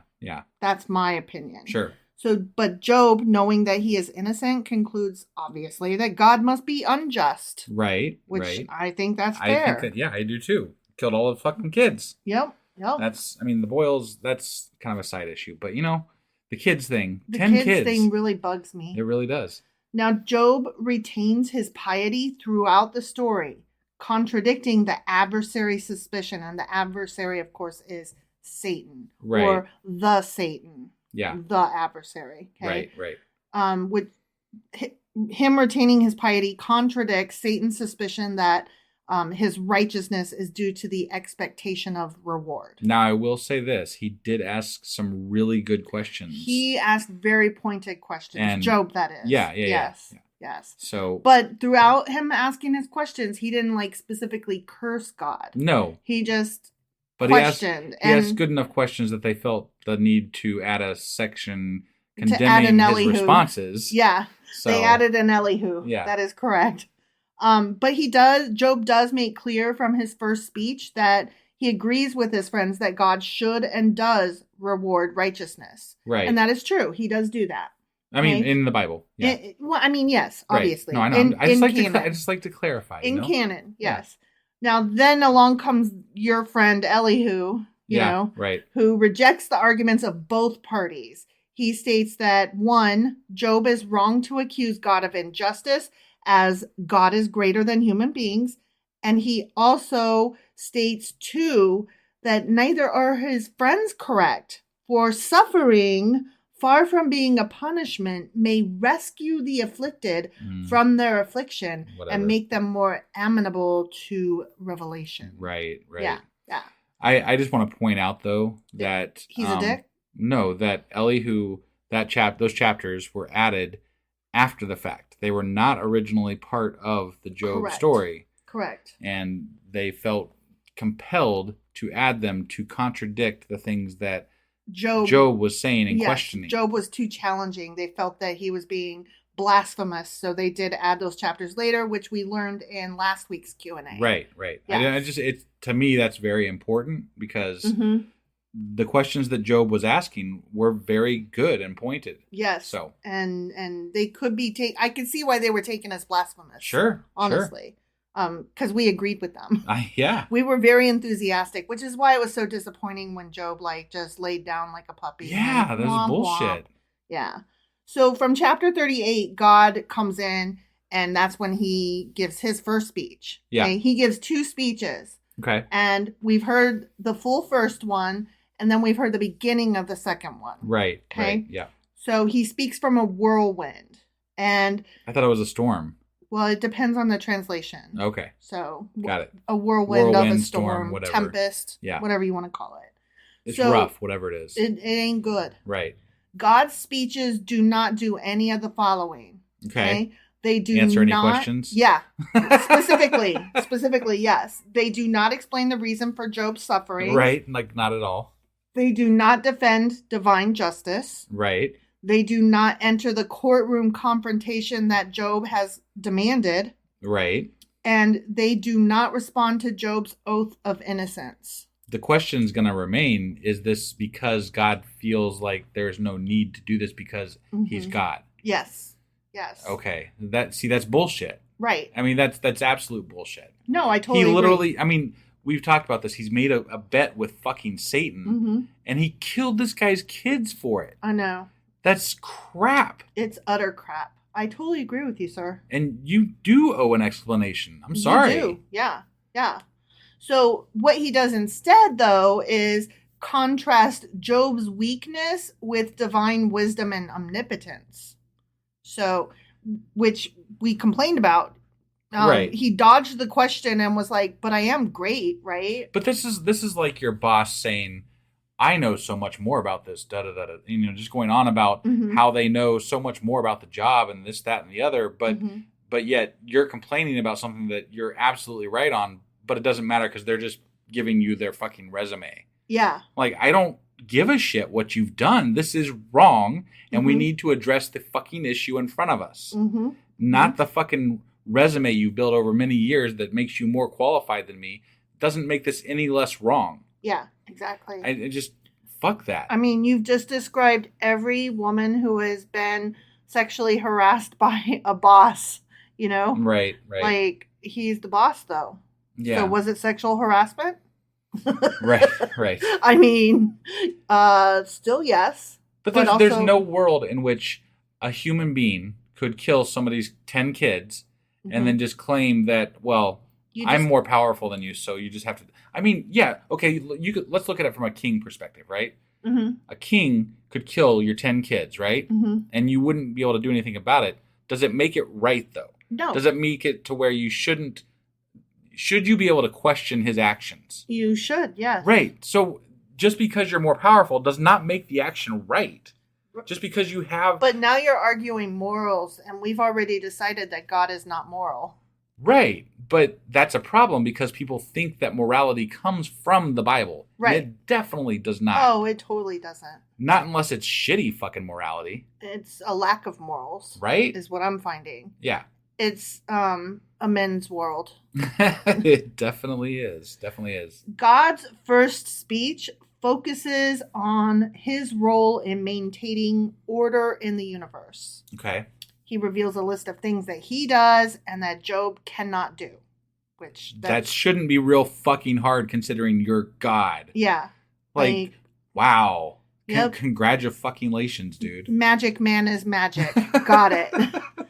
This demonstrates divine wisdom because order is the heart of wisdom, which harkens back to chapter 28. I don't know if you recall when he was going on and on about wisdom and how he assessed it. Yeah. Remember? Right. That was the poem to wisdom. Got it, yeah. Which stressed the inaccessibility of wisdom. Mm-hmm. So it's interesting because we did read about that and comment on that whole chapter was about he's wisdomy wise, but he came upon it, which means he didn't create it, ? So he's saying that order is wisdom, right? Mm-hmm. Okay. So order is as defined by God, mm-hmm. whatever God defines it as. Mm-hmm. And so there is no questioning this order that he instills into, or whatever, institutes into the world. Mm-hmm. And so you just have to deal, like, it's stupid. I set the rules, now you must follow them, you cannot question them. Sorry. Yeah. There's no one else to take this up to. Problem? Fuck off.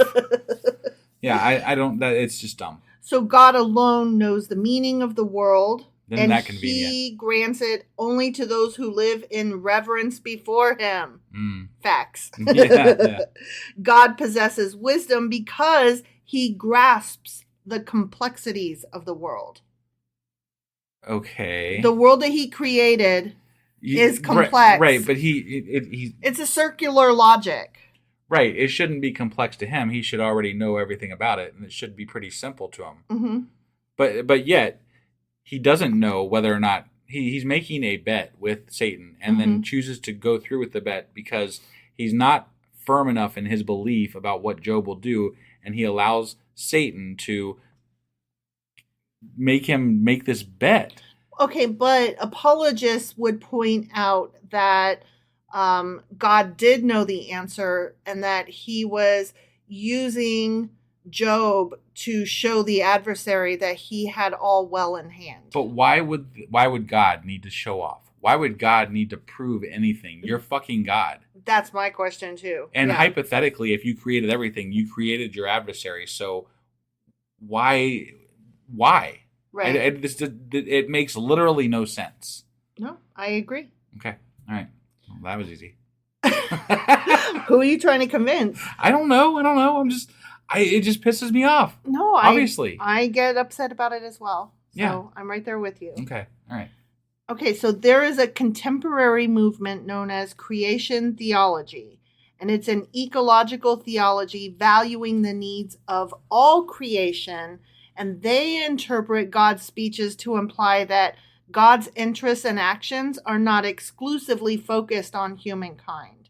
Now, I didn't go into all of that. I just thought it was interesting to note that this is proof that he's got a lot more than just humans on his mind. Right, because he's listing off all the other things. Mm-hmm. Okay. Yeah. I mean, I think that's a bit of a stretch. Right. And he is definitely human-centric in his actions as far as punishment and everything. It's not like the fucking... Okay, all right. Let's take, for example, when he was mad at the fucking Israelites and Moses was walking through the desert and they were complaining about food, right? Yeah. He literally takes that moment to punish them by killing a fuck ton of quails. Right. Right. I mean, so if he has all the rest of the world and life in his mind, he just willy-nilly just decides to kill a bunch of fucking quails for no good reason. Right. Other than he wants to get back at the fucking You're Israelites. hungry? I'll show you then. I'll make you overstuff yourself. I bet those quails didn't like what happened. Probably if not. you had to ask me. So fuck the ecological argument here for what God is taking care of, because he just killed them willy-nilly for his own fucking pleasure to get back at the goddamn Israelites. It's true, because he's a vengeful little fuck. He really is. So God's first speech focuses on his design and control of both the physical world and the animal world. Remember, he's like, where were you? Or, were you there when this was created and that was created and these Obviously, animals? the answer to that is no. Right. Beside the point completely, right. but still, okay, the answer is no, sir. Job has lived through the suffering, that he lost his children and all of his livelihood and all of his servants and everything, and then was covered in boils and lost the respect of his community and his friends and family, like his wife disdains him and all that. Right. So he's lived through all that suffering without cursing God, holding his integrity, and nowhere regretted it. But he was unaware of the real reason for his suffering. Right. So God intervenes to resolve the spiritual issues that surfaced once, he was raising these points. Okay. That's when God intervened. But doesn't this kind of negate, like, shouldn't part of, if you're really going to bet, right? If you're really going to see this out to the end, shouldn't God just completely fucking abandon him and see if he ever curses God? Right. Like, it should have gone, I guess, for years or like until he dies. His death or something. If you're gonna make a bet, fucking do it the whole thing. I guess, yeah. Make him suffer the whole way. I guess. But it's been a few days. They just got done with their fucking discussions or whatever. So he's giving this a few days and then he's intervening before. I would say probably a few months. Okay, let's say even a few months, but still he's intervening to correct this or whatever. Something. He's intervening to show he's there. Yeah. And Job was not punished for sin, and Job's suffering had not cut him off from God. Okay. So, God comes in and talks to him instead of like punishing him. Yeah. Right. Which that's interesting enough. Sure. Yeah. No, I mean, people have been punished for less in the past. Definitely. And we talked about it early on in the Bible. You can't bitch at God without reaping some sort of fucking punishment. Right. So. But God is basically like, your understanding is too limited to see my purposes. So now Job sees that he cannot have the knowledge to make the assessments that he made. And so it's wiser to bow in submission and adoration of God than to try to judge him. And this is, again, where we were like really disappointed. This is where I fall off. This is where I'm like, no, this is bullshit. I feel like a different author like rewrote that portion. Like, he was so pointed and smart. And then with nothing, God comes down and is like, I know more than you. And then Job's like, I know, you're so right. I'm sorry. Yeah. Like, that's not the same man. No. He had lots of really good questions. And God needs to answer those fucking questions. I mean, we were sitting over here going, oh, damn. Right? And then he just caves. He's like, fuck it. Like 10 minutes later, he's like, I'm not worthy. Right, yeah. I hated it. So going back to God's speech, the inclusion of legal terms in chapter 40. Legal terms, huh? Like contend, argue, answer, those kind of things. Yeah. Suggests that God does not intend to present evidence for the defense, but rather to show Job why the process is flawed in the first place.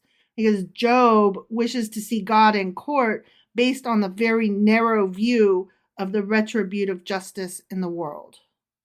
Okay. So this is just another way of saying, God is like, I will use your legal terms since you brought up like taking me to court or whatever. Yeah.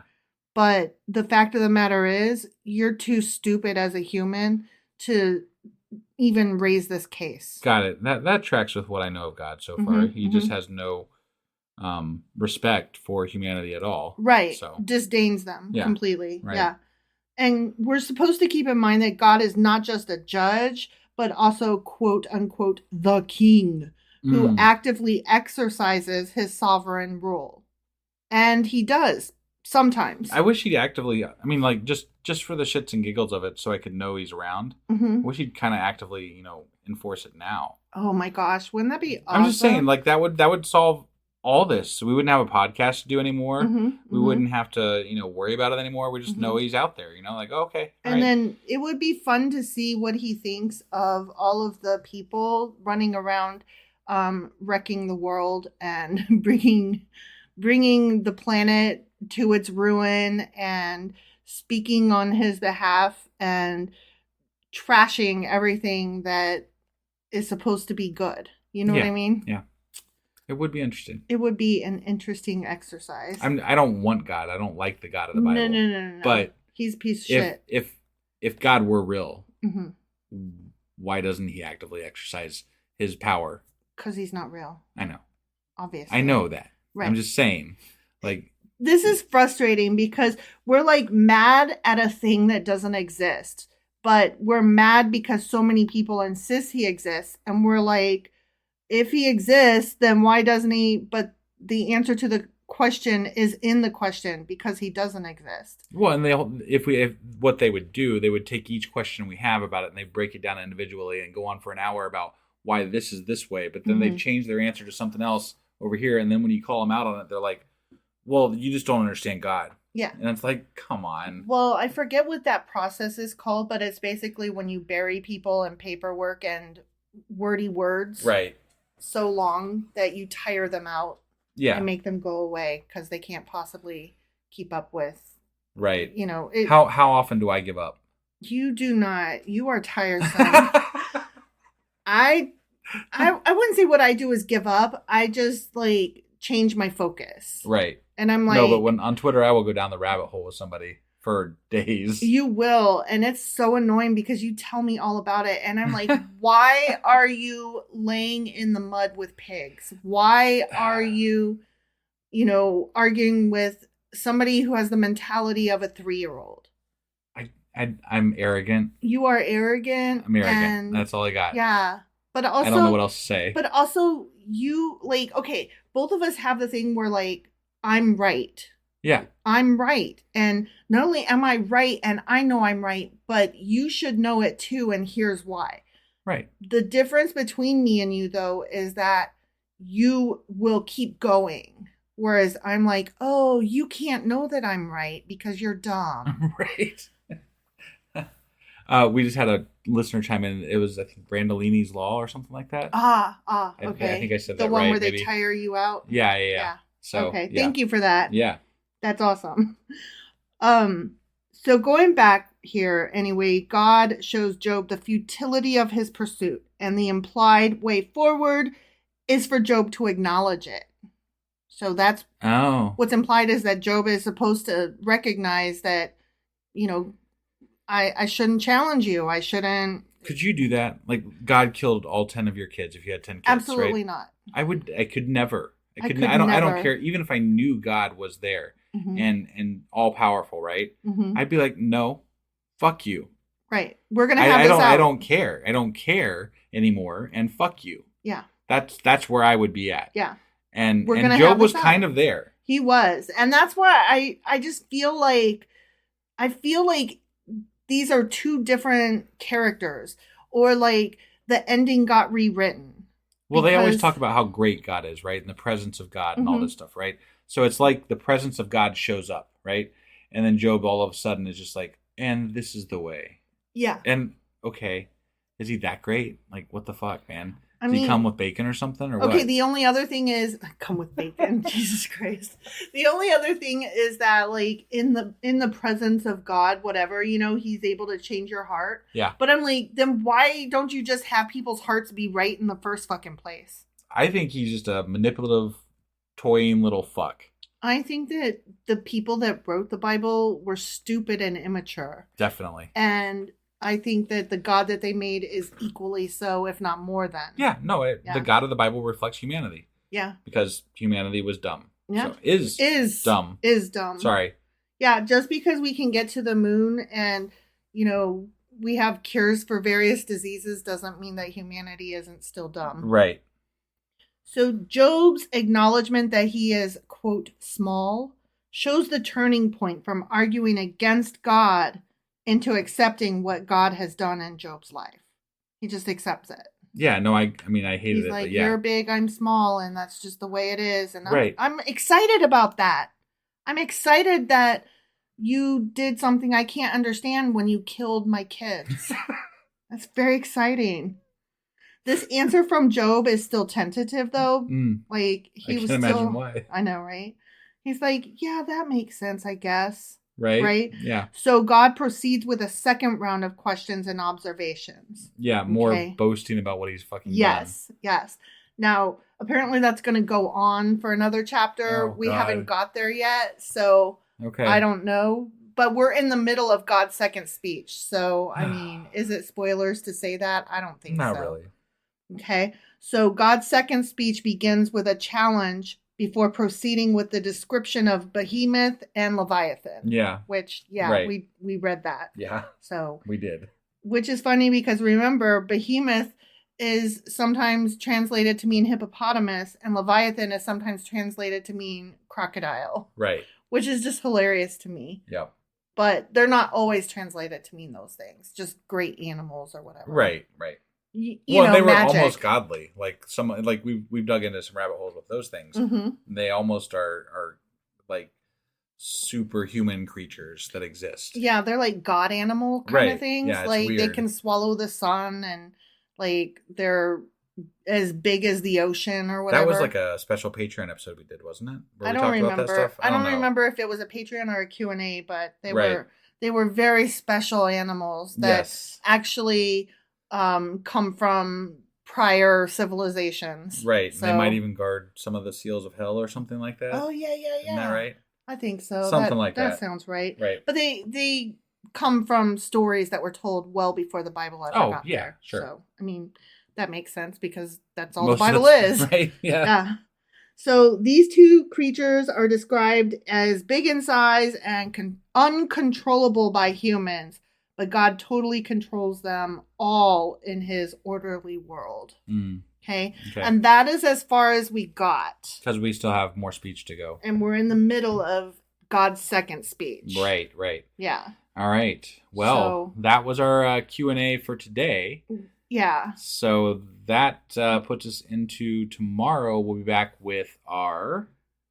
tomorrow's Sunday. So Sacrilegious Book Club. Right? Yeah, that one. Yeah. And I'll get the weekly replay together tomorrow.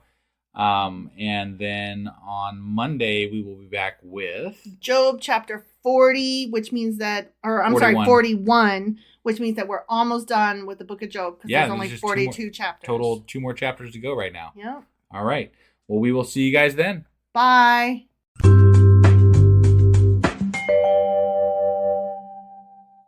Husband. Wife. Do you know what today is? Well, it is late on a Sunday. It's a Happy Mother's Day Sunday. Happy Mother's Day, everybody. Yeah. That's partly why we're running late today. But we can't make excuses. Mostly we just suck. We can make excuses. We just did. True. So it's not a matter of, ability. It's just a matter of should we or shouldn't we? And we suck. We fell behind. So here we go. All right, let's go. Do you know what? Oh, yeah. What are we going over today?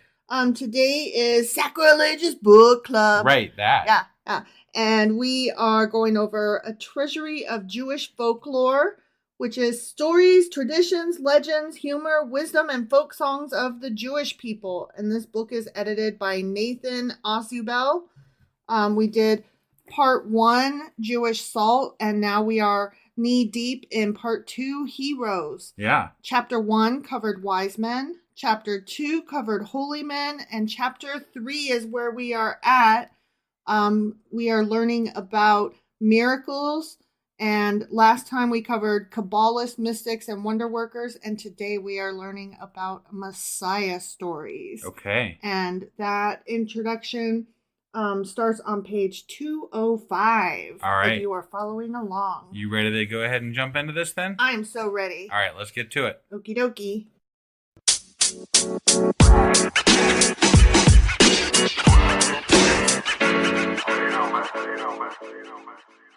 Okay, so Messiah stories on page 205. Yeah. I am always surprised when I hear that Jewish people are still waiting for the Messiah to come. I don't know why, but that is always like news to me. Yeah. Because, Christians, their Messiah has already come. Mm-hmm. And so, but that's like the whole point. No, right? I know. That's like the difference between the two, right? I know. But, okay, I understood that Jewish people do not believe that Christ is the Messiah. Right. I never went the next step, which is that they are still waiting for a Messiah to come. I didn't really understand that until we started getting into this stuff. Gotcha. Yeah. Interesting. It just, I didn't know enough about Jewish anything ever. Right. No, I get it. To have that concept. So, reading this particular intro was kind of instructive for me because I didn't really understand what it was all about. Gotcha. Okay. So the introduction to this starts out, I'm just going to read a few excerpts from it, and that's what I typically do. Yeah. Okay. There is no agreement in Jewish tradition as to when and where the Messiah will come. Okay. Obviously. Yeah. Because if they knew, they would tell you. Have like a countdown. Mm-hmm, mm-hmm. Yep. So there are several different beliefs.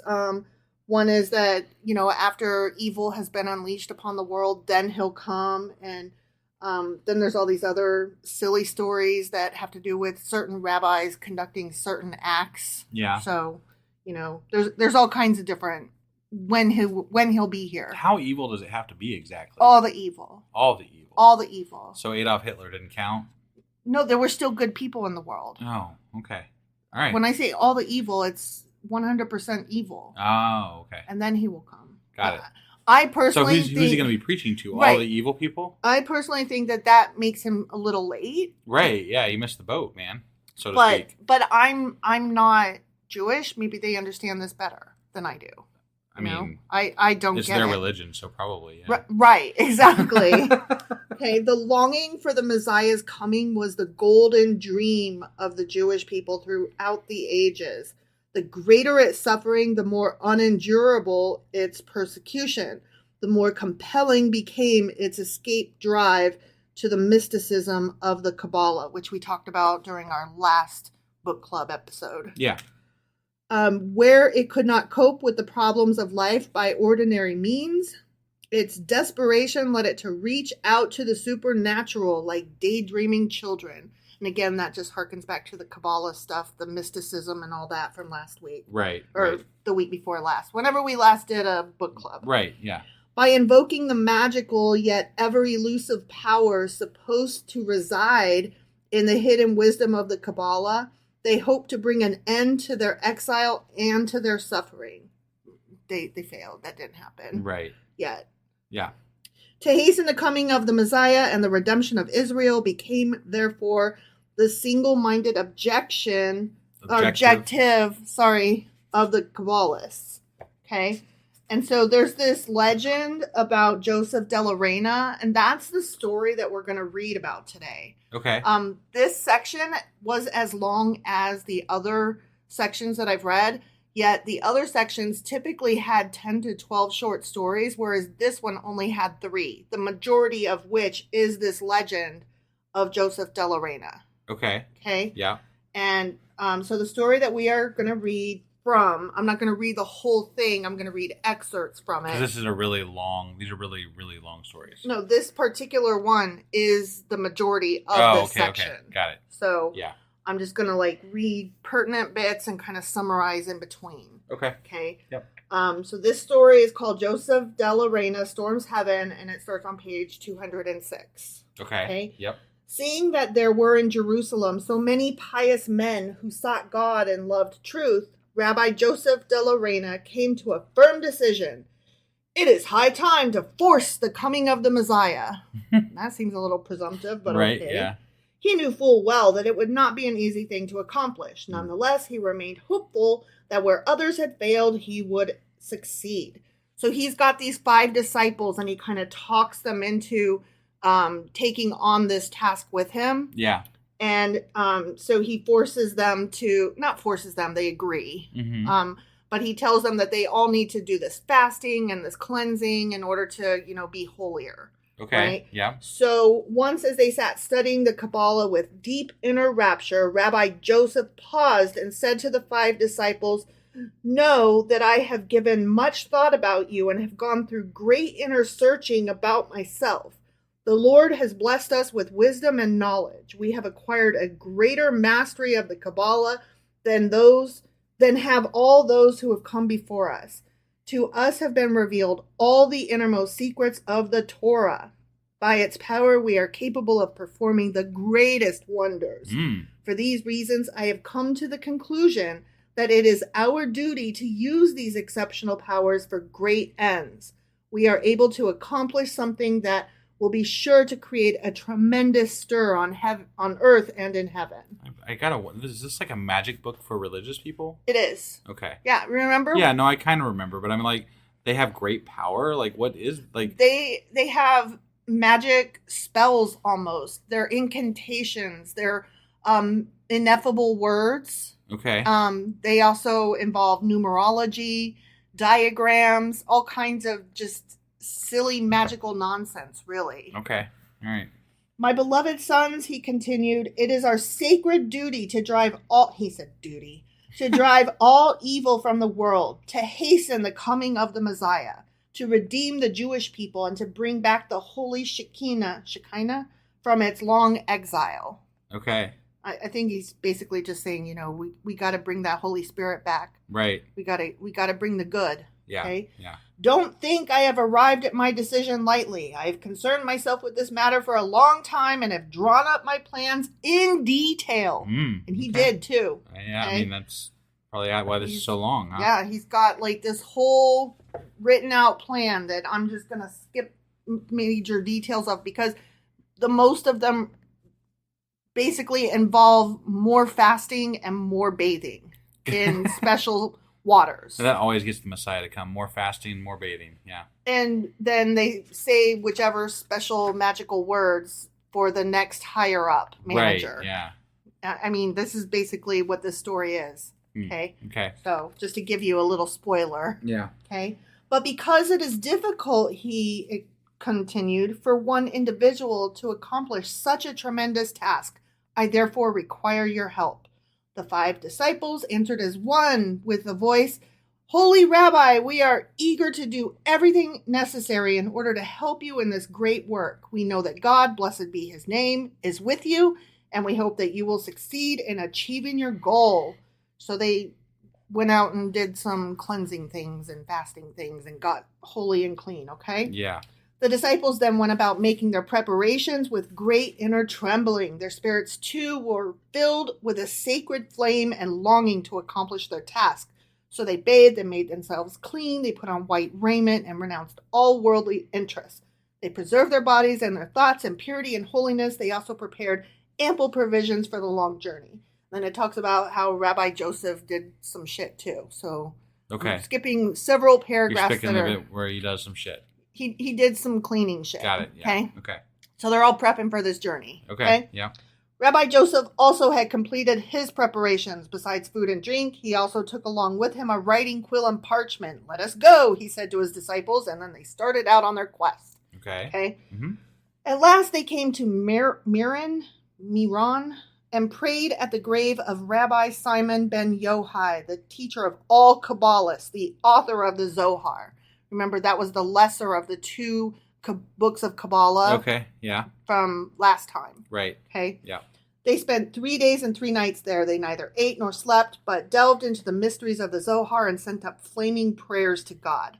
Okay, flaming prayers. Yes. Wow. Flaming prayers. This is going to repeat itself often. Okay. Okay. Throughout this story, and I'm not going to keep saying it. I'm just letting you know when I say, and they did that thing again, that's what they're doing. Okay. Yeah. They're praying and sending up flaming prayers. Right. Okay. Sorry. On the 3rd day, when dawn began to break, Rabbi Joseph suddenly ended his vigil and fell asleep. Oh man. This filled his that dreaming and or whatever, all that flaming prayer stuff. All that flaming prayer stuff. Yeah. This filled his disciples with alarm. Could it be that the master's spirit was blemished with weakness? But they held their peace and did not say a word. So he has this dream, okay? Yeah. And Rabbi Simon ben Yohai and his son Eleazar came and reproved him during this dream. And they tell him, this is dumb. You can't do this. They say, be forewarned. You will fail miserably in your attempt. You're just one man and you're, how dare you? Who do you think you are? And Satan is stronger, blah, blah, blah. Okay. Right. Okay. So then he responds, Almighty God, blessed be his name, knows my pure intention, replied Rabbi Joseph. He knows full well that what I am doing is not for my selfish ends, but for the good of all the Jews and of all mankind. Therefore, he will help me achieve my goal in order that I may sanctify his name among all the peoples of earth. The souls then gave their blessing to Rabbi Joseph. Okay. May God help and keep you wherever you turn, they prayed.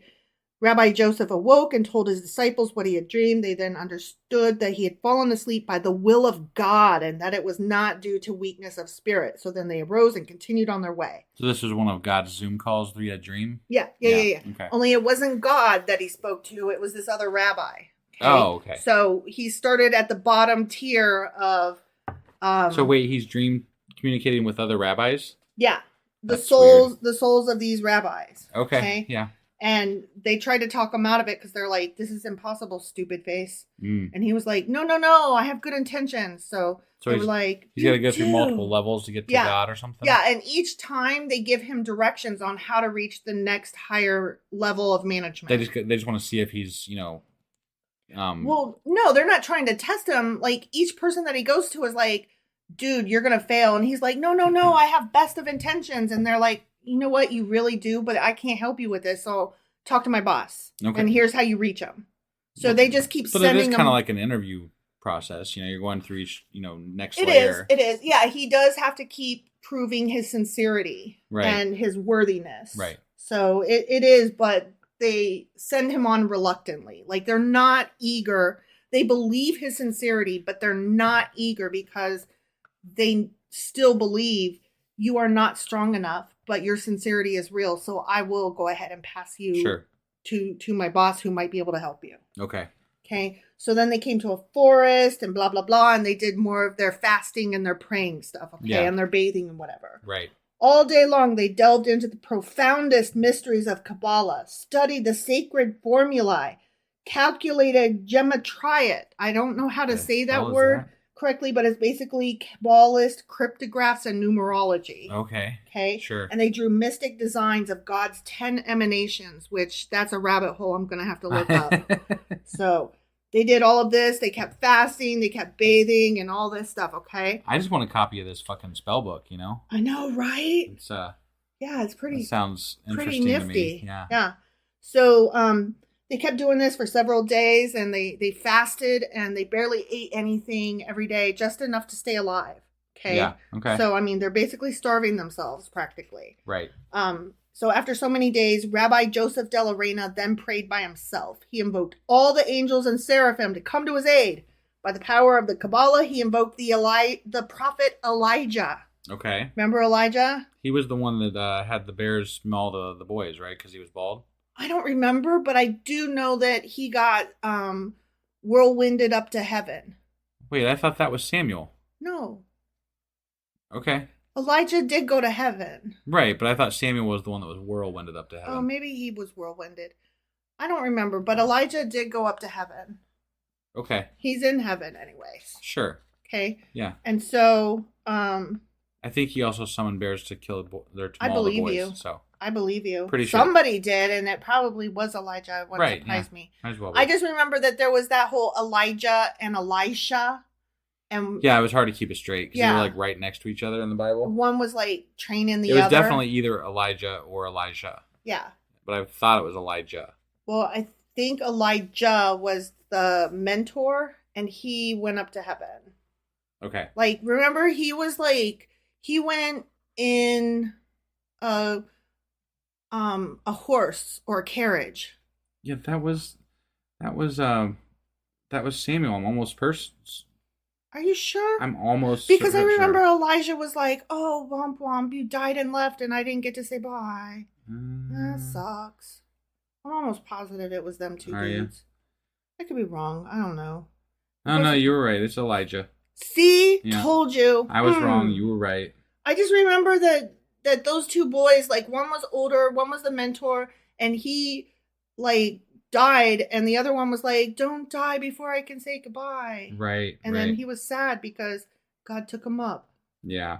So that happened. Yep. So Elijah has come through in a couple of other stories we've read too. So apparently he's just like this saint that appears in stories every now and again. And it was Elisha that got the kids mauled by the bears. Oh, okay. So it was Elijah that went into the whirlwind, and Elisha that had the kids mauled. Got it. So, got it. Yeah. Okay. So anyway, Rabbi Joseph de la Reina went off and prayed by himself. He invoked all the angels and seraphim. By the power of the Kabbalah, he invoked the prophet Elijah to come make his appearance before him. "O Elijah," he exhorted, "come to me and teach me how I should behave so that I may carry out the plan I have undertaken." No sooner had he finished praying than Elijah appeared. "Tell me what it is you wish, and I will teach it to you," he promised. "Forgive me, holy prophet, for troubling you," Rabbi Joseph replied.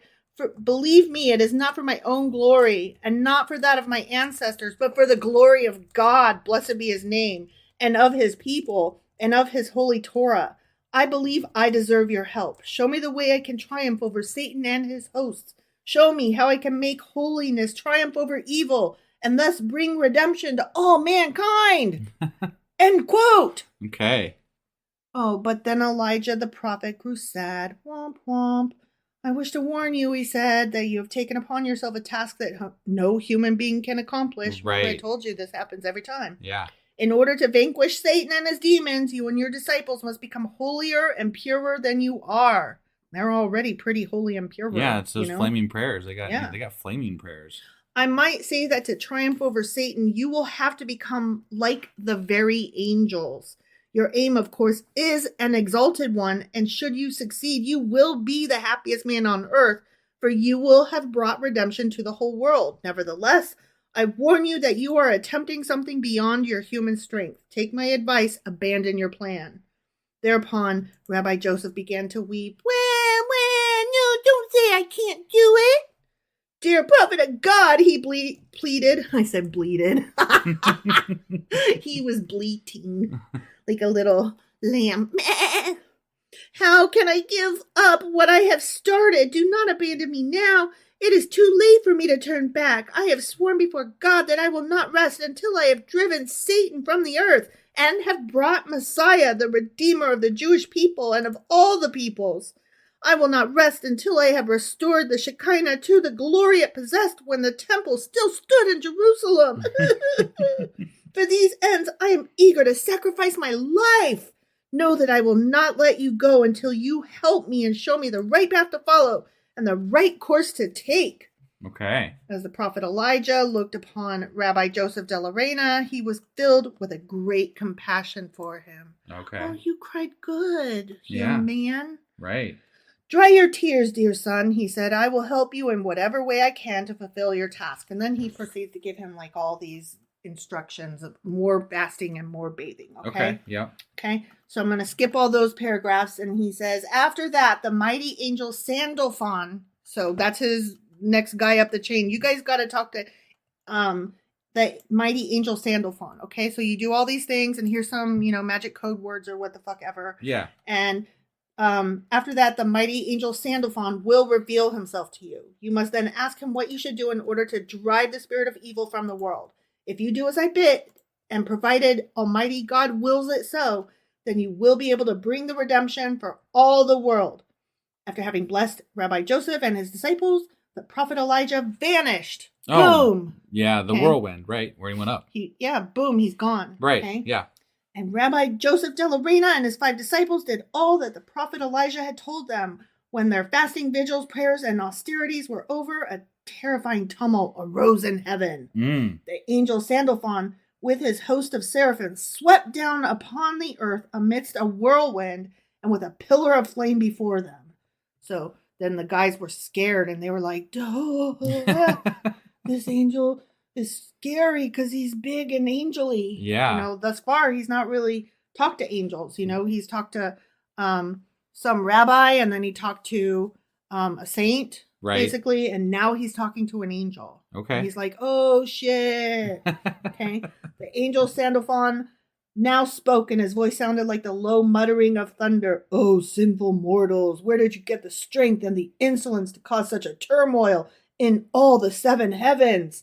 How dare you trouble me and the hosts of heaven to descend to the sinful earth? Because earth is gross. Gross. Right. I bid you desist from this madness. So great was the terror of Rabbi Joseph that he lost the power of speech. But, that didn't last long. Right. Anyways, next sentence. Finally, he fortified his spirit and replied, Holy angel Sandalphon, believe me, I have not done this for my glory, but for the glory of the Creator. Blessed be his name. For the glory of the Holy Torah. For the glory of the grandchildren of Abraham, Isaac, and Jacob. Forgive me my insolence, for I could not help myself. Couldn't. I could no longer look on the suffering of my people in exile. I could no longer stand by watching our enemies trampling us underfoot in the dust. My only aim is to drive away the impure demons who defile the world, who dim the holy flame of our faith. I wish to return the Shekinah to the ancient luster it had when the temple still stood in Jerusalem. Let God be my witness that my intention is pure and my course upright. Okay. Mm-hmm. Therefore, O holy angel, I beg you to help me. Show me the right path, teach me the right course so that I can bring the Messiah, the Redeemer, down on earth. The angel Sandalphon was filled with compassion. Well, that's good. At least it wasn't like, wrath and murderous intent. I mean, honestly, even if he was filled with compassion, he should have just been like, it's a good idea, but no. Right? Yeah. But no, he's weak. They're all weak. I kind of hate them all, honestly. So he was filled with compassion as he looked upon Rabbi Joseph de la Reina. May God be with you until you reach your goal, he cried. Rest assured that all the angels in heaven are in agreement that the Messiah should come and bring the redemption for the Jewish people who suffer in exile. Yet, I must warn you that you have undertaken a very difficult task, for Satan and the demons have untold power. Even we, the angels, cannot vanquish them. That's not saying a lot for God's side there. No. The next sentence, only if God himself stands by will you be able to achieve your aim. Right, but why would God let Satan have that much power over evil and bad shit where the angels can't even fight him? Because they're not meant to. Okay. Humans are supposed to work their own shit out. Against fucking supernatural beings? Mm-hmm. Okay. Absolutely. All right. But how can you expect God to support you unless he believes that the right time has come for the Messiah? I think that's a fair question. Right. Again, whomst the fuck do you think thou art? Right. Again, I must warn you, your path is full of folly. Should you fail, you might make matters even worse. You might hand the victory to Satan and he will become more arrogant and do greater evil than hitherto to mankind. Boy, don't let there be any pressure here, Right? Well, he's saying, fuck it up and Satan's going to win the... I don't think this is a good idea. Who the fuck do you think you are? But still, Yep. Okay, I guess if you want to try. Right. Rabbi Joseph's heart overflowed with bitterness. That's not very holy. Yeah. Alas, even the mighty angel Sandalphon would not help him. In the meantime, the 5 disciples lay prostrate upon the ground. This is like somebody that's on hold for customer service. Mm-hmm. Like, God damn it, how many fucking people do I got to go through? That's what I said. He keeps getting passed on to the next manager in the line. So, anyway, the 5 disciples were laying on the ground, their faces hidden in terror. Rise up, cried Rabbi Joseph. Unite with me in prayer. Perhaps all together we will be able to soften the hearts of the angels and they will agree to help us in our great work. Once again, Rabbi Joseph de la Reina pleaded with the angel Sandalphon, help me, show me the right way. Sadly, the angel Sandalphon replied, if I have come to you, it is because you forced me by pronouncing the ineffable name. But alas, I cannot help you. I myself do not know the means by which you can triumph over Satan and the demons. My one duty is to, he said duty again, is to guard the way along which the prayers of the righteous mount to heaven and to bring them before the throne of God.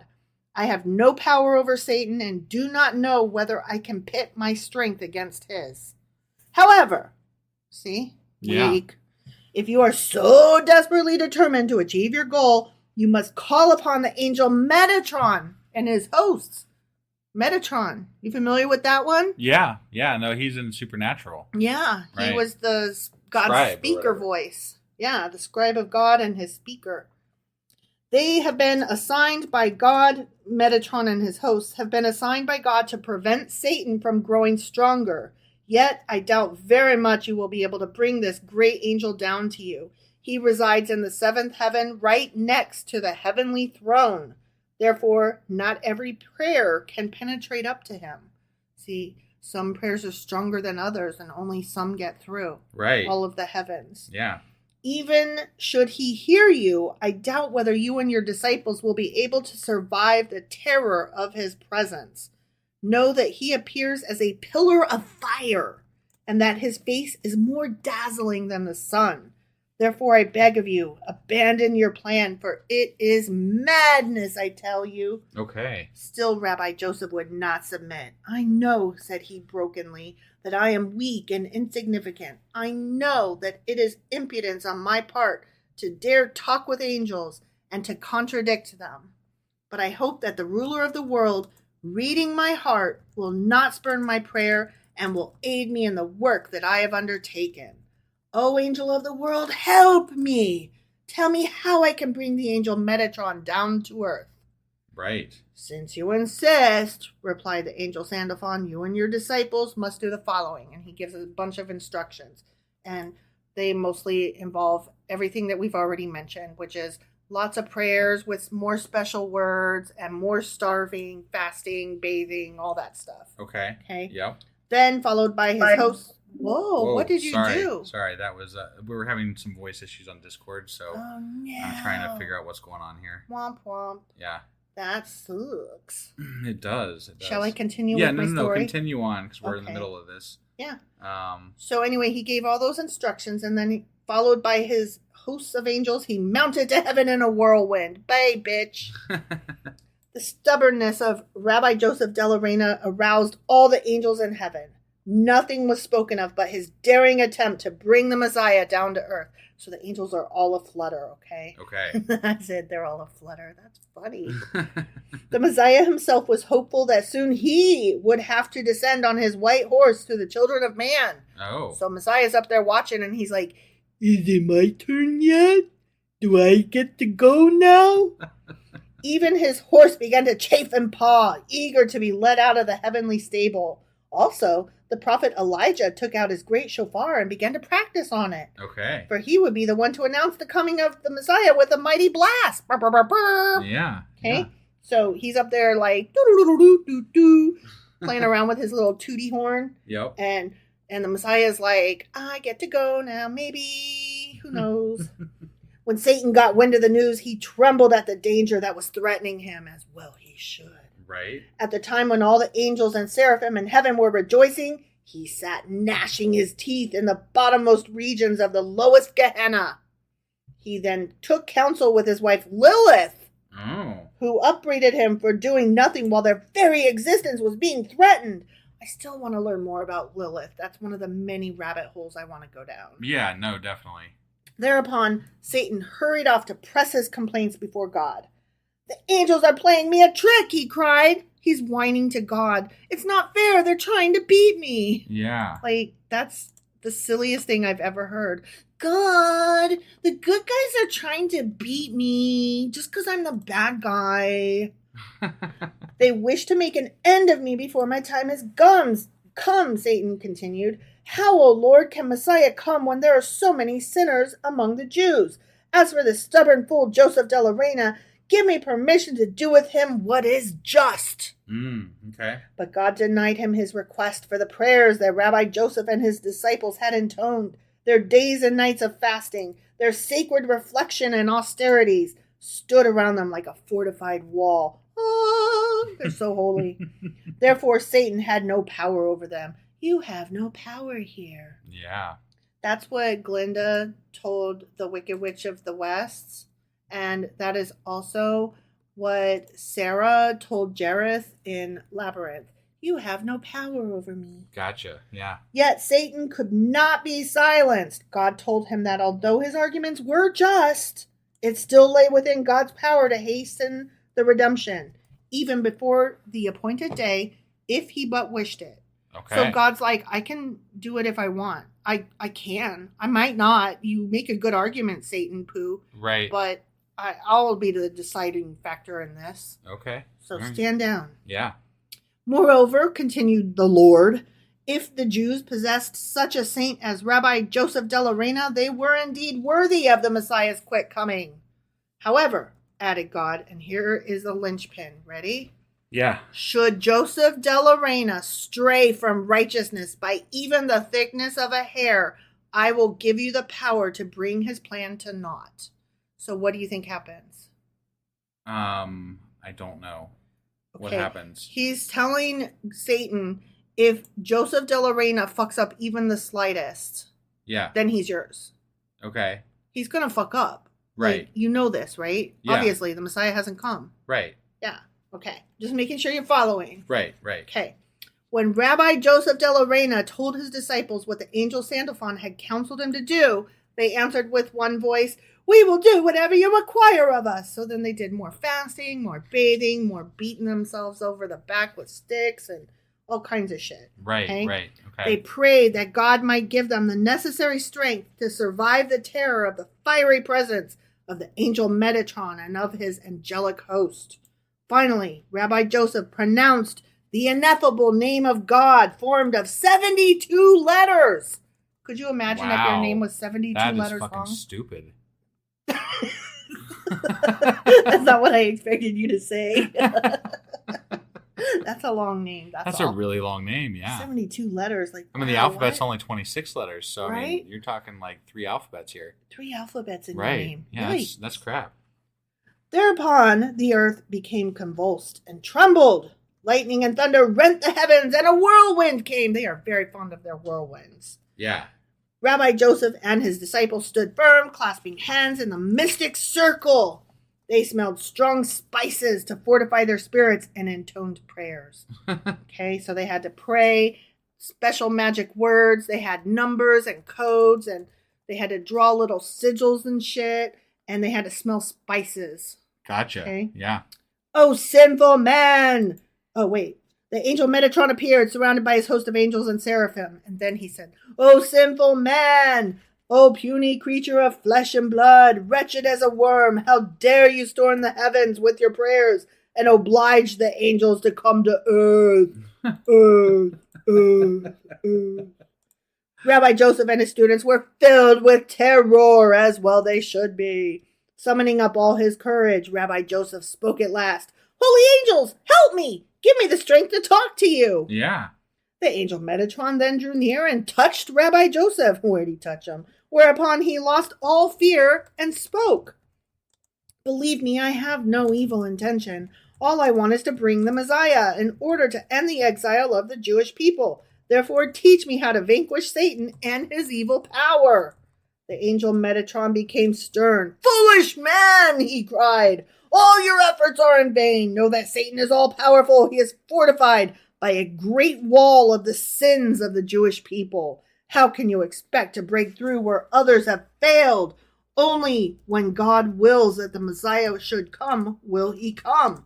Therefore, abandon your plan. But Rabbi Joseph was stubborn. Almighty God has helped me thus far, and I've remained among the living, he said. Therefore, I will not turn back. Not gonna do it. No. When the angel Metatron saw that Rabbi Joseph could not be moved in his determination, he was filled with compassion for him. All these people keep having compassion for this rabbi. Yeah. He then advised him what to do. He revealed to him, listen to this, all the mystic formulae, all the incantations, and the ineffable name. Okay. With their aid, he said, Rabbi Joseph would succeed in capturing Satan and Lilith and thus drive all evil from the world. With that accomplished, the Messiah would surely come. Has the Messiah surely come, though? No. No. Yeah. So, do you think it works? No. Considering there's no Jewish Messiah other than Jesus, I'm going to go with no. The Christian Messiah. Right. Yeah. He also had him engrave on a metal plate the ineffable name and taught him how to use it. He warned him especially to guard himself against the weakness of pity toward evil. You know, they keep having pity for Joseph de la Reina, but they're telling him, don't you have pity for evil.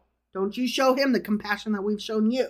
Okay. Yep. Under no circumstances was he to give them any food or any spices to smell. Don't do it. Yeah, don't do it. Stupid. Don't do it. Okay. If he did, all his efforts would be wasted. So what do you think happens? All his efforts are wasted? What do you think he does? He probably, like, puts his head in the dirt and puts on a burlap sack. No. No? He was literally just instructed, don't give those fuckers any food. Don't let them smell any spices. Right. Okay. Yeah, so he probably does one of those things, yeah, right? yeah. Okay. He would thus only expose himself to the revenge of Satan if he does those.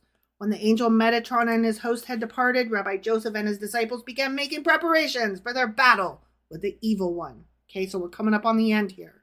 Okay, yeah. So they go and they walk and they come across all these different things. They come across wild dogs. Boom, those are demons. They come up to a snow-capped mountain that pierces heaven, but guess what? It's fake. It's not real. So it disappears when they use their magic words or whatever. They come to a turbulent sea, but guess what? It's also not real. They use more magic words and it's gone. Got it. So Satan keeps throwing up all these things that try to stop them. Yeah. Okay. Further on, they found the way obstructed by an iron wall, which reached to the sky. Behind it stood Satan. Oh my. Bum, bum, bum. Yeah. Lying in wait for them. Rabbi Joseph took a knife on which was engraved one of the mystic names of God, and with it he ripped the wall asunder. Oh man. They then ascended a towering mountaintop from the top of which they heard the loud barking of dogs. When they finally reached the summit, Rabbi Joseph saw a hut. As he tried to enter, 2 frighteningly big dogs sprang at his throat. Rabbi Joseph recognized them to be Satan and Lilith. Let me try that all again. Okay. Rabbi Joseph recognized them to be Satan and Lilith. Okay. So he quickly raised before them the metal plate with the ineffable name engraved upon it. Wow. Thereupon, they lost their evil power and slunk away. Okay. The 5 disciples then bound the dogs with ropes on which were tied little metal amulets engraved with the mystic names of God. Wow. All those names. Yeah. Okay. Yeah. Immediately the dogs were transformed. They took on the appearance of humans, except that they had wings and fiery eyes. And that's where the show Supernatural took its demons. Got it. Images from. Right.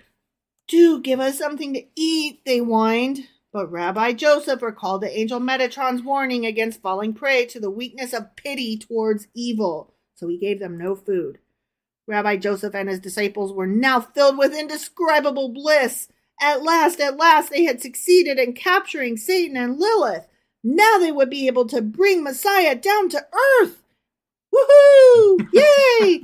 Party! Right?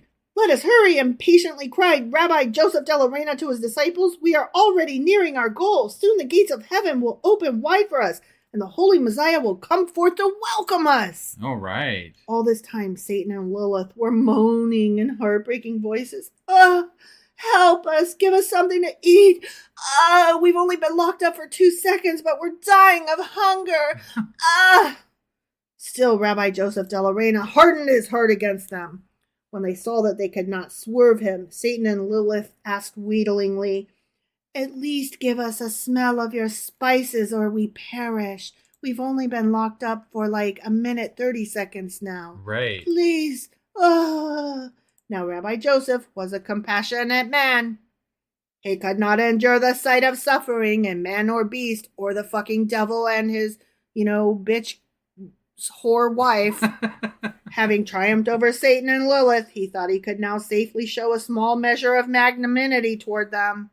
I think he was stupid. He was warned not to do it, but he's about to do it. Yeah. I just want to punch him in the face so bad. Right. He therefore gave them some of the strong spices to smell. Right. Even though he was clearly instructed not to. Yeah, that's dumb. He was specifically told if you do either of these things, you will be fucked. So don't do it. Immediately, tongues of searing flame shot from their nostrils. All their former strength returned to them. The Satan and Lilith. Yeah. They tore away their bonds and summoned to their aid hosts of shrieking demons and devils. 2 of the disciples instantly died of terror. That's what would happen to me. Wow. And I would be pissed too. I would haunt his ass and be like, motherfucker. Like, we stood by you and followed you all this way and did everything just for you to, like, at the last minute, specifically disobey. Right. The fuck is wrong with you? Yeah. Okay, so 2 of them died instantly of terror. 2 of them went out of their minds and wandered away. Only Rabbi Joseph and 1 disciple remained. A terrible wailing was now heard in heaven. Ah! And the angels went into mourning. Womp womp. The Messiah wept. Boo-hoo-hoo-hoo, and led his white horse back into its heavenly stall. Also, the prophet Elijah grieved and hid the great shofar of the redemption. Burr, burr, burr, burr. Then the voice of the Almighty sounded. Oh, I love this. This is my favorite. Pay heed, O Joseph de la Reina. No human has the power to end the exile. I alone, God, will hasten the redemption of the Jewish people when the right time comes, motherfucker. Yeah. That was the shittiest ending to a story that ever happened. Right. Because the end. Okay, there's 2 more little stories. I'll just tell you what happens in them real quick. Messiah comes to town is like a little paragraph about how Rabbi Elijah is walking, and he's like basically a hitchhiker, and some guy like picks him up and is like, here, you drive, I'm gonna hop in the back and sleep. And so when he goes through town, the town people are like, oh shit, Elijah's in rags and he's pulling or riding this carriage over here, and who else could he be carrying behind him but the Messiah? Right. And that's that story. Okay. Yeah. The next one is the only other one. Like I said, this section only has 3 stories. This one is why the Messiah doesn't come. Here's what it is. And I've heard this story before, and I didn't know it was a Jewish fairy tale. So there was this poor man, and his family is starving, and it's the Sabbath or whatever, and he's like, oh shit, I don't have anything to feed my family on the Sabbath. This is terrible. So his wife is like, go looking around town. Maybe you'll find some money or food or whatever. So he does. And then the Messiah comes upon him, because, the Messiah is apparently just walking around the planet as you do. And he's like, oh, hey, you're poor. Here's a little sack. If you like say sack on my back, swallow people whole, then it'll do it. Also, if you just tell it to give you things will come out of it. So, it's great. Here's your sack. Bye. Right. Okay, so the guy, his whole family gets rich, and, they get out of touch as the rich do. And so on his deathbed, he's like, bring me my sack. Bring me my fucking sack. And so his sons or his wife, or somebody, anyway, who cares, bring him the sack, right? Yeah. And so then the angel of death comes, and the guy's like, nope, I'm not ready to die. Sack, swallow the fucking angel of death. And he swallows the angel of death. And then a couple of rabbis or whatever, I don't know, some magical heaven angels and people come. And each time he's like, nope, get in the sack. And so the sack swallows them. And finally the Messiah comes. The Messiah is about to be like, hey, when I gave you that sack, like, that was not, you're fucked up. You're doing it wrong. Stop. Right. But he doesn't get a chance to finish his sentence because the guy doesn't recognize him as the Messiah. And he's like, God damn it. All these people are fucking getting mad and yelling at me. Sack, swallow this motherfucker. And that's why the Messiah hasn't come. The end.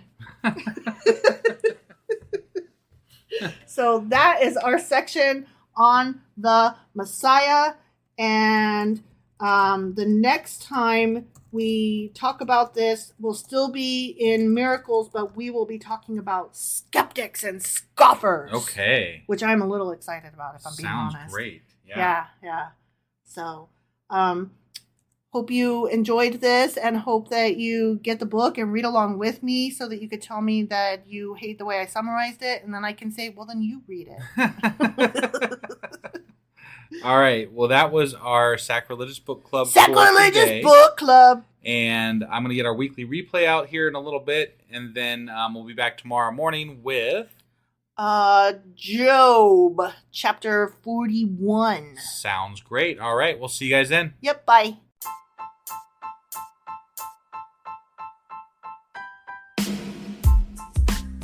Hey, wife. I guess that's the end?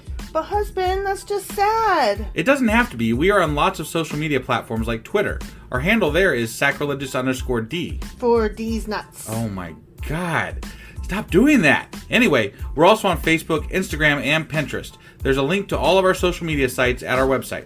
Ooh, we have a website? Yeah, it's sacrilegiousdiscourse.com, where you can also find a link to our merch shop.